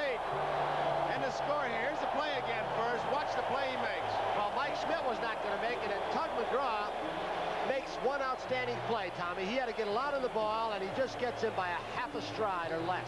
Not only an outstanding pitcher, but an outstanding athlete, all-around athlete. He's a great gymnast in the sense, great body coordination and body balance, and if you can make a play like that and throw out Willie Wilson, you have to be a fine athlete. So we complete 8 innings. The score, Kansas City 3, Phillies 2, and 2 up. It'll be Mike Schmidt, Lonnie Smith, and Keith Moreland. The complex here in Kansas City.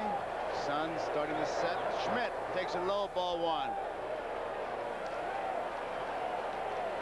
Schmidt with a home run earlier in the 4th inning for the 2 Philly runs. Phillies have only made 4 hits.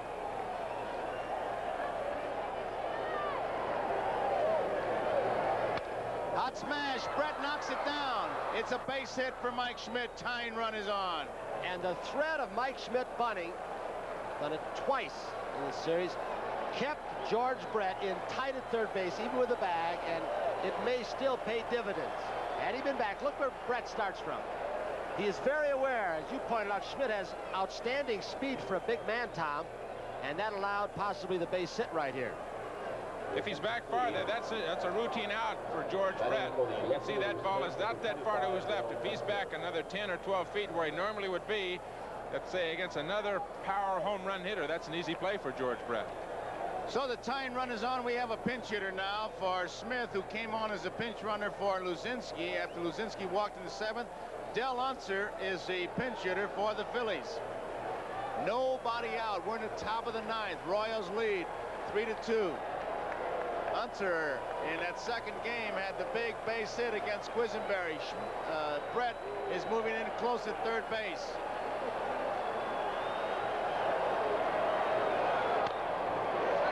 Strike one. No sign of a bunt there. Al, the old baseball adage, axiom, play to tie it home and win on the road. And Dallas Green's going to want to win on the road. There's Marlin, the DH.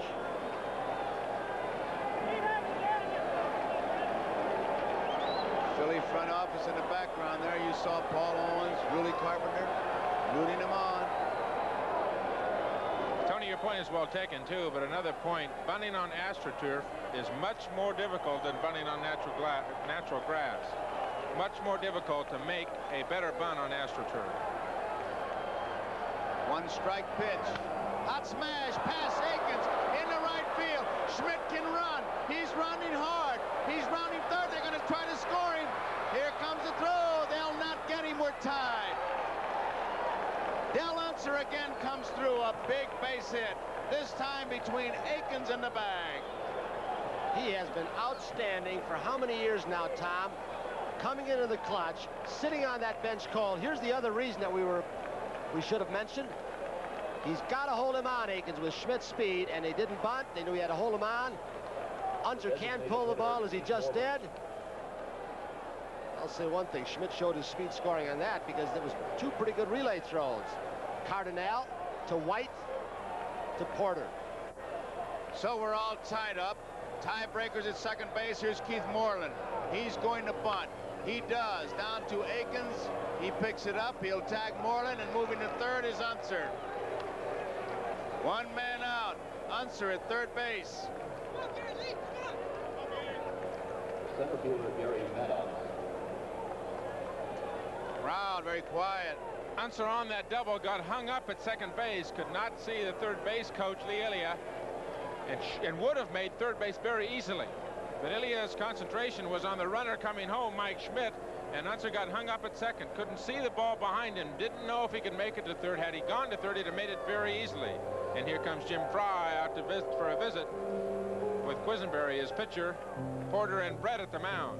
Ilya was way up the line, 3/4 of the way, and he did not hesitate. He had him coming all the way. Tom, a base runner's got to do that himself, though. You look over your shoulder, and I think Unser's an excellent base runner, but with the situation the way it was, no outs at the time, he was not going to take any additional chances. He still would get down on the sacrifice or any other way to third base, where he can still score on the sacrifice fly with one down. That bullpen for the Royals is going. That's Marty Patton. Brett. Ken Brett, the left-hander. Patton, the right-hander. Jim Fry stays with Quisenberry. Maddox is the batter with one man out. The on-deck man is Trio. So you have right-handers against right-handers with one man out. Unser, the tie-breaking run, is on at third. Looking ahead to the Kansas City ninth, it's White, Brett, Akins. Infield is in. Quisenberry's got to get the ground ball. Maddox, spread stance. High chopper, Brett. It is a fair ball. They get it.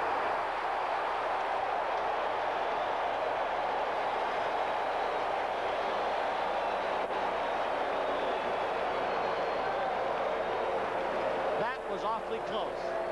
It was Rennert's call, both Rennert and the third base umpire, Kunkel looking straight down the line. Watch Rennert. He got in position. Here's Maddox. He is thrown out by Brett as Brett held the runner Unser. And boy, Rennert and Kunkel got on that line and really looked down it. Another good play by George Brett at third base, and from the angle up here in the booth, Tony, that looked like a foul ball, but Dutch Rennert was right down on one knee, looking straight down that third base line, and made the call immediately to a fair ball. It is the position of the ball, not where Brett was. Brett was in foul territory. He doesn't matter. It's where the ball is, and Rennert was on it. Trio, foul tip. Strike one, off his foot. Here's George again. Look where he's standing. Doesn't matter. The ball is right on the line. Dutch Rennert, the whole plate umpire called it. It's the responsibility of the third base umpire after it passes the bag. That's why that line is a misnomer. It's not a foul line. If it's on the line, it's a fair ball. So semantics would say it's a fair line, but you'd kind of abracadabra to get all uptight if you call it that. Trio, another foul tip. 2 strikes, 2 outs. Base runner at third is Unser. That's a pitch he didn't throw too much on the first time he saw him. You mentioned you and Paul Moscow have been charting. That was a little bit of a slider. He throws it to right-handers, Quisenberry. He's afraid to throw it to left-handers. It's flat. First time that Quisenberry came in, he threw everything fastballs except for 1 pitch. And I think he's learned that he has to throw at least something else to complement this sinker that he has, the underhand sinker. He's got to let the hitter see another pitch. 2-strike pitch. Fouled off. Trio remains alive. We're all tied, 3-3. Schmidt, a single off the glove of Brett. A double by Unser driving in Schmidt. A sacrifice by Moreland put Unser at third. Maddox was out. Brett to Akins. There you see Unser. Trio's the batter with a count of 2 strikes.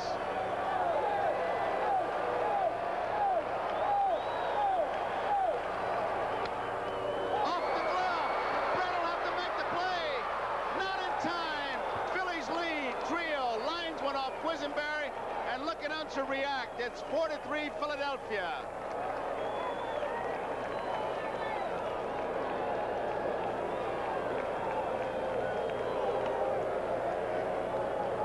The shortstop, Larry Boa. The Phillies take the lead, 4-3. Here it is again. Quisenberry has a reputation to be a fine fielding pitcher. He's lucky to get just a glove on that ball and not get hurt. The ball bounds away, and Brett almost makes another fine play. To speed a Trio, he beat it out. And the Phillies go ahead 4-3. And it's one of those pitches, no balls, 2 strikes. Quisenberry got a little bit up in the strike zone. Give Trio credit because he did rifle it. One of those where you might say, hey, try and get him to swing at my best pitch, a sinker out of the strike zone down. Here is Boa. Draws a throw at first base, Trio does. In the bottom of the 9th, it'll be Frank White, George Brett, and Willie Akins for Kansas City. They now trail by a run. High hopper. UL Washington charges hard. Throw. In time, they get in. Boa is out. But the Phillies take the lead.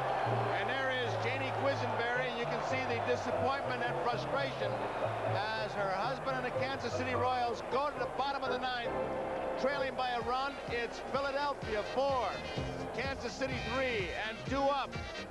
For Trio rifle the ball off Quisenberry, and here's Dal. You want to see a reaction? That took the lead. Boy, he has been a big man for this team. Pinch hitting especially. Tell you, he's gotten some big hits. He's been around a long time, and he said it all when he said, when the first base hit off Quisenberry, this scratch is a 30-year itch for me. When he scratched that itch again with that base hit, it was a big one. Here is Frank White. What a game he has played.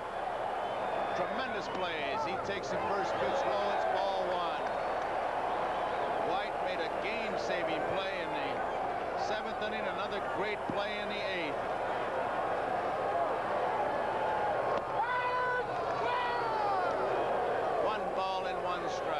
Kansas City being haunted in this ball game, or will be if they lose, the same as in game 2. They stranded 11, and then Philadelphia came here and stranded 15 one game. They will be haunted by that game as the series goes along.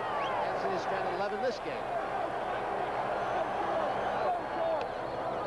2 balls and 1 strike. George Brett, the on-deck hitter. He'll be followed by Willie Akins. There is Brett.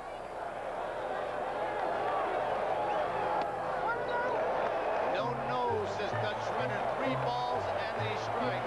Ball 4.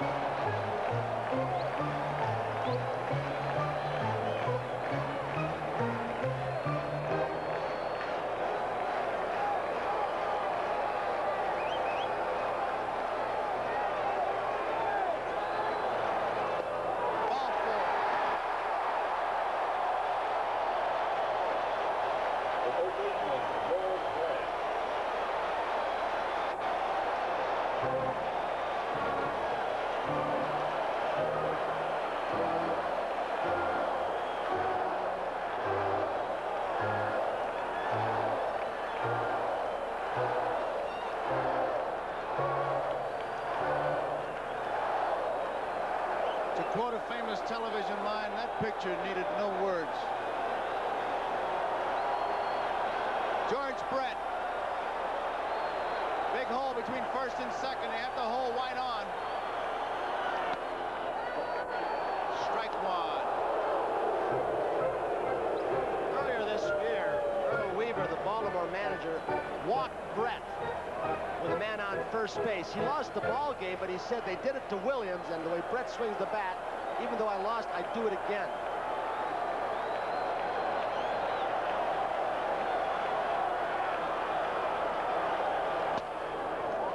Strike two. Nobody out. Bottom of the ninth. Philadelphia 4, Kansas City 3. White at first base. McGraw. Tug McGraw did not pitch very well to Frank White at all. It looked like he was darting the ball, Joe, but I've seen him do it so many times. He seems to create his own little moment of drama, and then he works his way out of it. Out on strikes. Big strikeout. George Brett called out on strikes. 4 strikeouts for Tug McGraw. He came on in the 7th inning. He has struck out 4. He has walked 2. First baseman, Willie. He just blew smoke by him, Tom. I think he had George looking for something else, or otherwise it's absolutely perfect pitch on the outside corner, and George certainly knew it. Walked right away from home plate. No argument with Dutch Renner. Here is Willie Aikens. Aikens out on strikes in the first, singled in the 4th, walked in the 5th, out on strikes in the 7th. Philadelphia 4, Kansas City 3. Tying run at first, Frank White.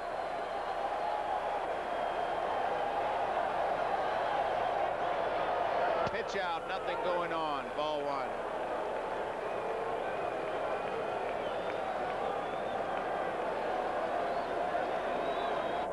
It was Aikens who got the big base hit off of McGraw. It was in the 10th inning to win it. Ball 2. Dallas Green.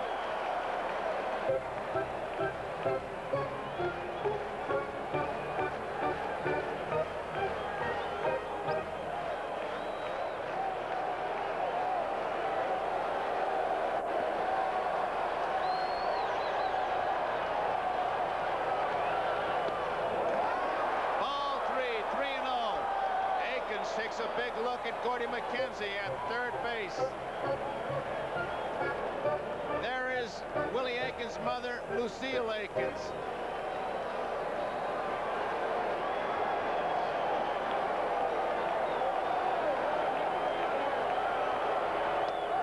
Ball 4, walked him. Tying run goes to second.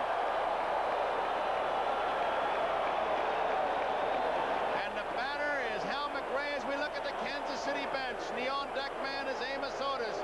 Dallas Green looking on.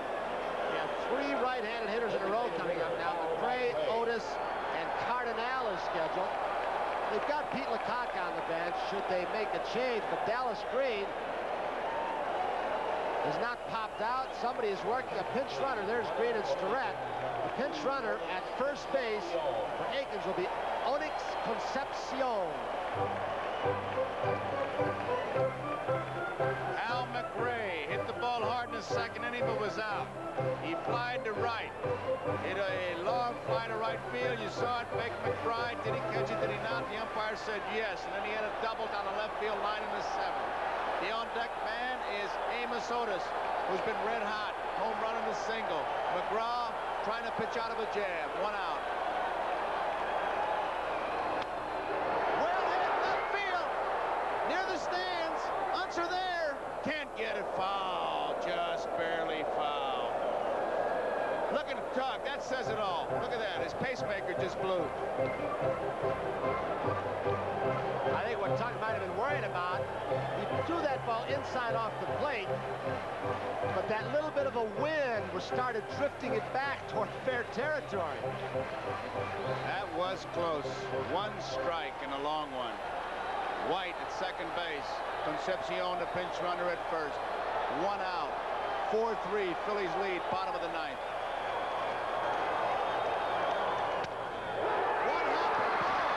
The second out. Can only get a force play. It was a broken bat, and Boa made a nice play.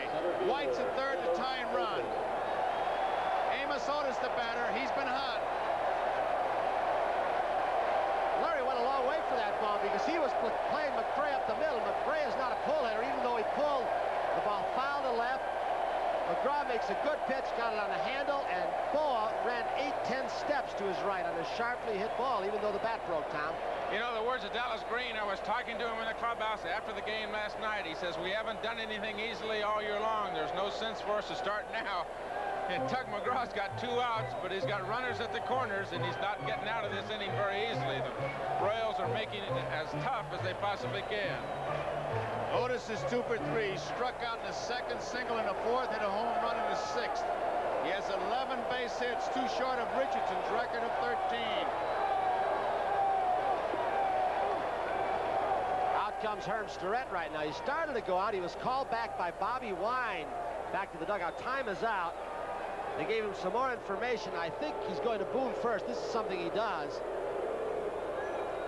Could be too, Tony, that they're going to set. They will not take the bat out of Otis's hands, I'm sure, but you got to think about all possibilities. You got base runners at the corner, and they're going to talk how to pitch to McRae and to Otis, and watch McRae and White on the bases. Jim Fry, Dallas Green, 4-3. Phillies lead, bottom of the ninth. Tuesday night, Carlton against Gale in Philadelphia.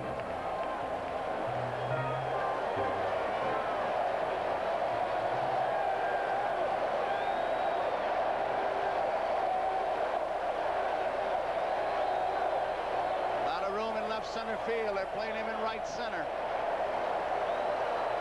Almost as if to say, throwing the screwball and playing that way. See what happens. Fastball low, ball wide. Otis has hit the off-speed pitching well. A home run in the first ball game off speed. Hit the ball hard off 2 breaking balls today. So maybe they're going to power him. Make him hit the ball the opposite way.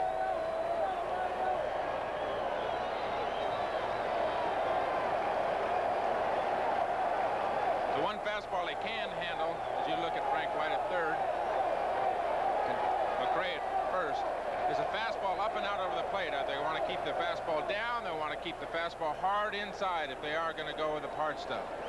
He's gotten 2 mistakes on breaking balls today and hit it hard both times.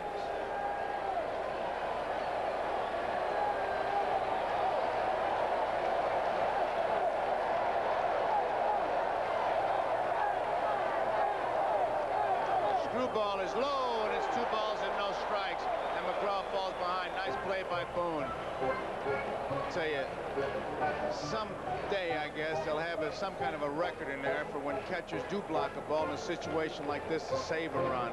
Big play. 2 balls, no strikes, 2 outs. White, the tying run, is at third. McRae, the winning run, is at first.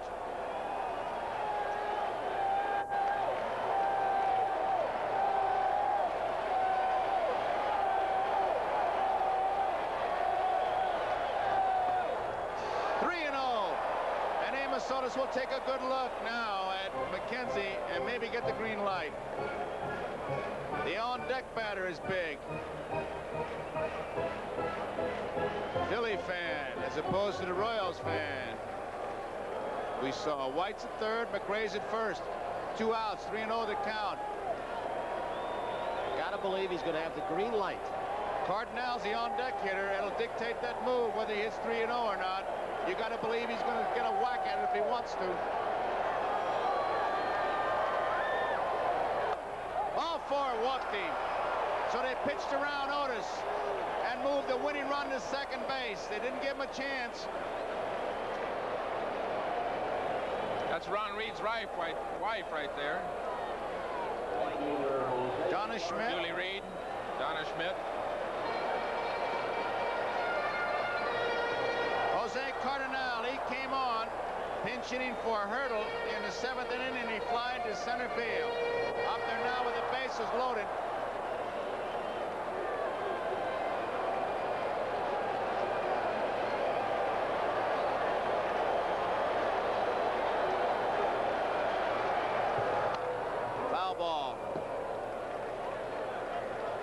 strike one. Jose has never been much of a base-on-balls hitter. He goes to swinging when he leaves that on-deck circle.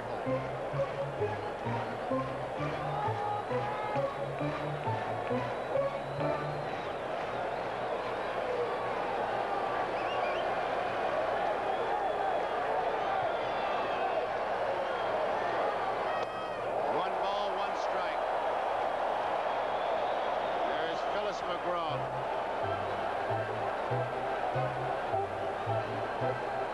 The tension on her is just amazing. She's looking straight down.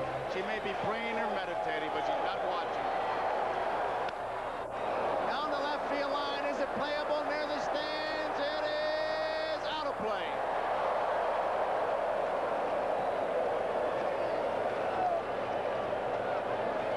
One ball, two strikes, 2 outs.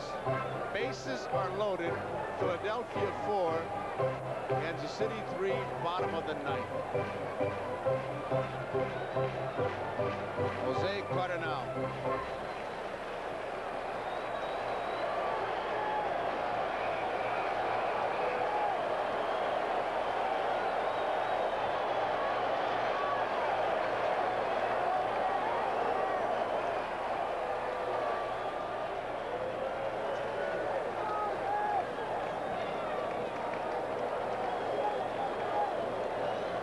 Absolutely praying.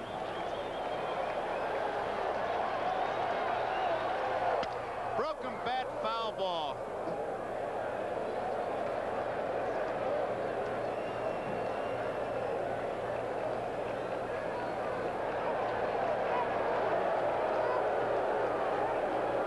Tug McGraw ahead in the count. Bases loaded, 2 outs. 1 ball, 2 strikes, and he goes with his money pitch to screwball. You know, it's the important thing here, Joe, you talked about before. If he really did pitch around Amos Otis, was he looking at Jose Cardinal on that on-deck circle all the time, willing to put the winning run at second base and try to get his outman Jose Cardinal? That's going to be an interesting question to ask Tug after the game. I'm going to answer it in my mind. If I were catching, yes. I would not let Amos Otis beat me. Well, I've known Tug for 15 years, and I think he's right. I think he walked him on purpose. I do, too. You'd have a lot of managers and a lot of pitching coaches come out and shoot you when you're wrong. But if he had in his mind he wanted to get that man in the on-deck circle, Cardinal, to make him the last out, it's a do or die. You're either hero or goat, but you're going to go the way you think you can get out of the inning the best. Phillies McGraw. I don't know how Cardinal even got a bat on that screwball. That ball was about 6 inches off the ground, and he literally threw his bat at the ball right at the last split second and somehow fouled it. 1 ball, 2 strikes, 2 outs, bases loaded, 4-3, bottom of the ninth, Phillies leading. Struck him out. Cardinal out on strikes, and the Philadelphia Phillies defeat the Kansas City Royals by the score of 4-3. And there is Phillies McGraw, Ron Reed, and now the Phillies head back to Philadelphia, leading in this series 3-2. McGraw took a chance. He threw the ball by Cardinal with the bases loaded, 3-2, up by 1 run, and Cardinal swung at ball 4. Might have been a tie ball game. Here's Tug McGraw and his reaction as he blew a ball by. Excuse me, I said 3-2, it wasn't 3-2, of course. 2-1. Look at the reaction. The reaction by Tug McGraw, and Merle Harmon is down on the field. He's with him. Let's get a reaction while he's still so up. Merle? All right, Tug McGraw and Bob Boone with us here on the third base side. Tug, when Hal McRae hit that ball, I saw you do this. What were you thinking? Well, when he first hit it, I couldn't pick up the spin, and it looked like it was going to go out of here. But then finally it started to curl like a 5-iron shot and went foul. But boy, I had my heart jumping there for a while. Bob, did you give him any encouragement when you saw the ball leave the bat? No, I saw it was going to hook foul. I just told him it was a nice, exciting game. When he comes out to the mound and says, "Isn't this exciting?" That's an understatement. Were you overthrowing a little bit in the 9th inning? Yeah, I think I went out there and wanted it too bad. I had to, but then again, I was trying to be too careful too. So combination of both. All right. Did you pitch around anybody? Yes. Yeah, I was trying to be real careful with Amos, but I wasn't intending to get anybody on base. It was just a real exciting inning. Right now, I'm too psyched up to actually go through everything as it happened, but I know I was trying to be real careful, and at times I was trying to throw the ball too hard to make a good pitch. And, you know, a combination of a lot of things go on your mind out there, but fortunately we got through it. Bob, what about the pitching as we go into the last 2 ball games now? Well, you know, like I've said all the way through this playoff, I think there are 2 outstanding teams. The Royals just been hitting the ball so well. I think, you know, we're looking for a big game from Carlton on Tuesday. I'm not sure who they're going with yet, but I think it's going to be a hard fought right to the end, and I don't think the home field advantage really has any advantage to either club. It's going to be Rich Gale as Jose Cardinal as we watch him on that last pitch, the strikeout, and of course the ever-present Tug McGraw, who says you got to believe, and I know you did today. Yes, sir, and I believe in my teammates today too. They did a great job. All right, guys, congratulations.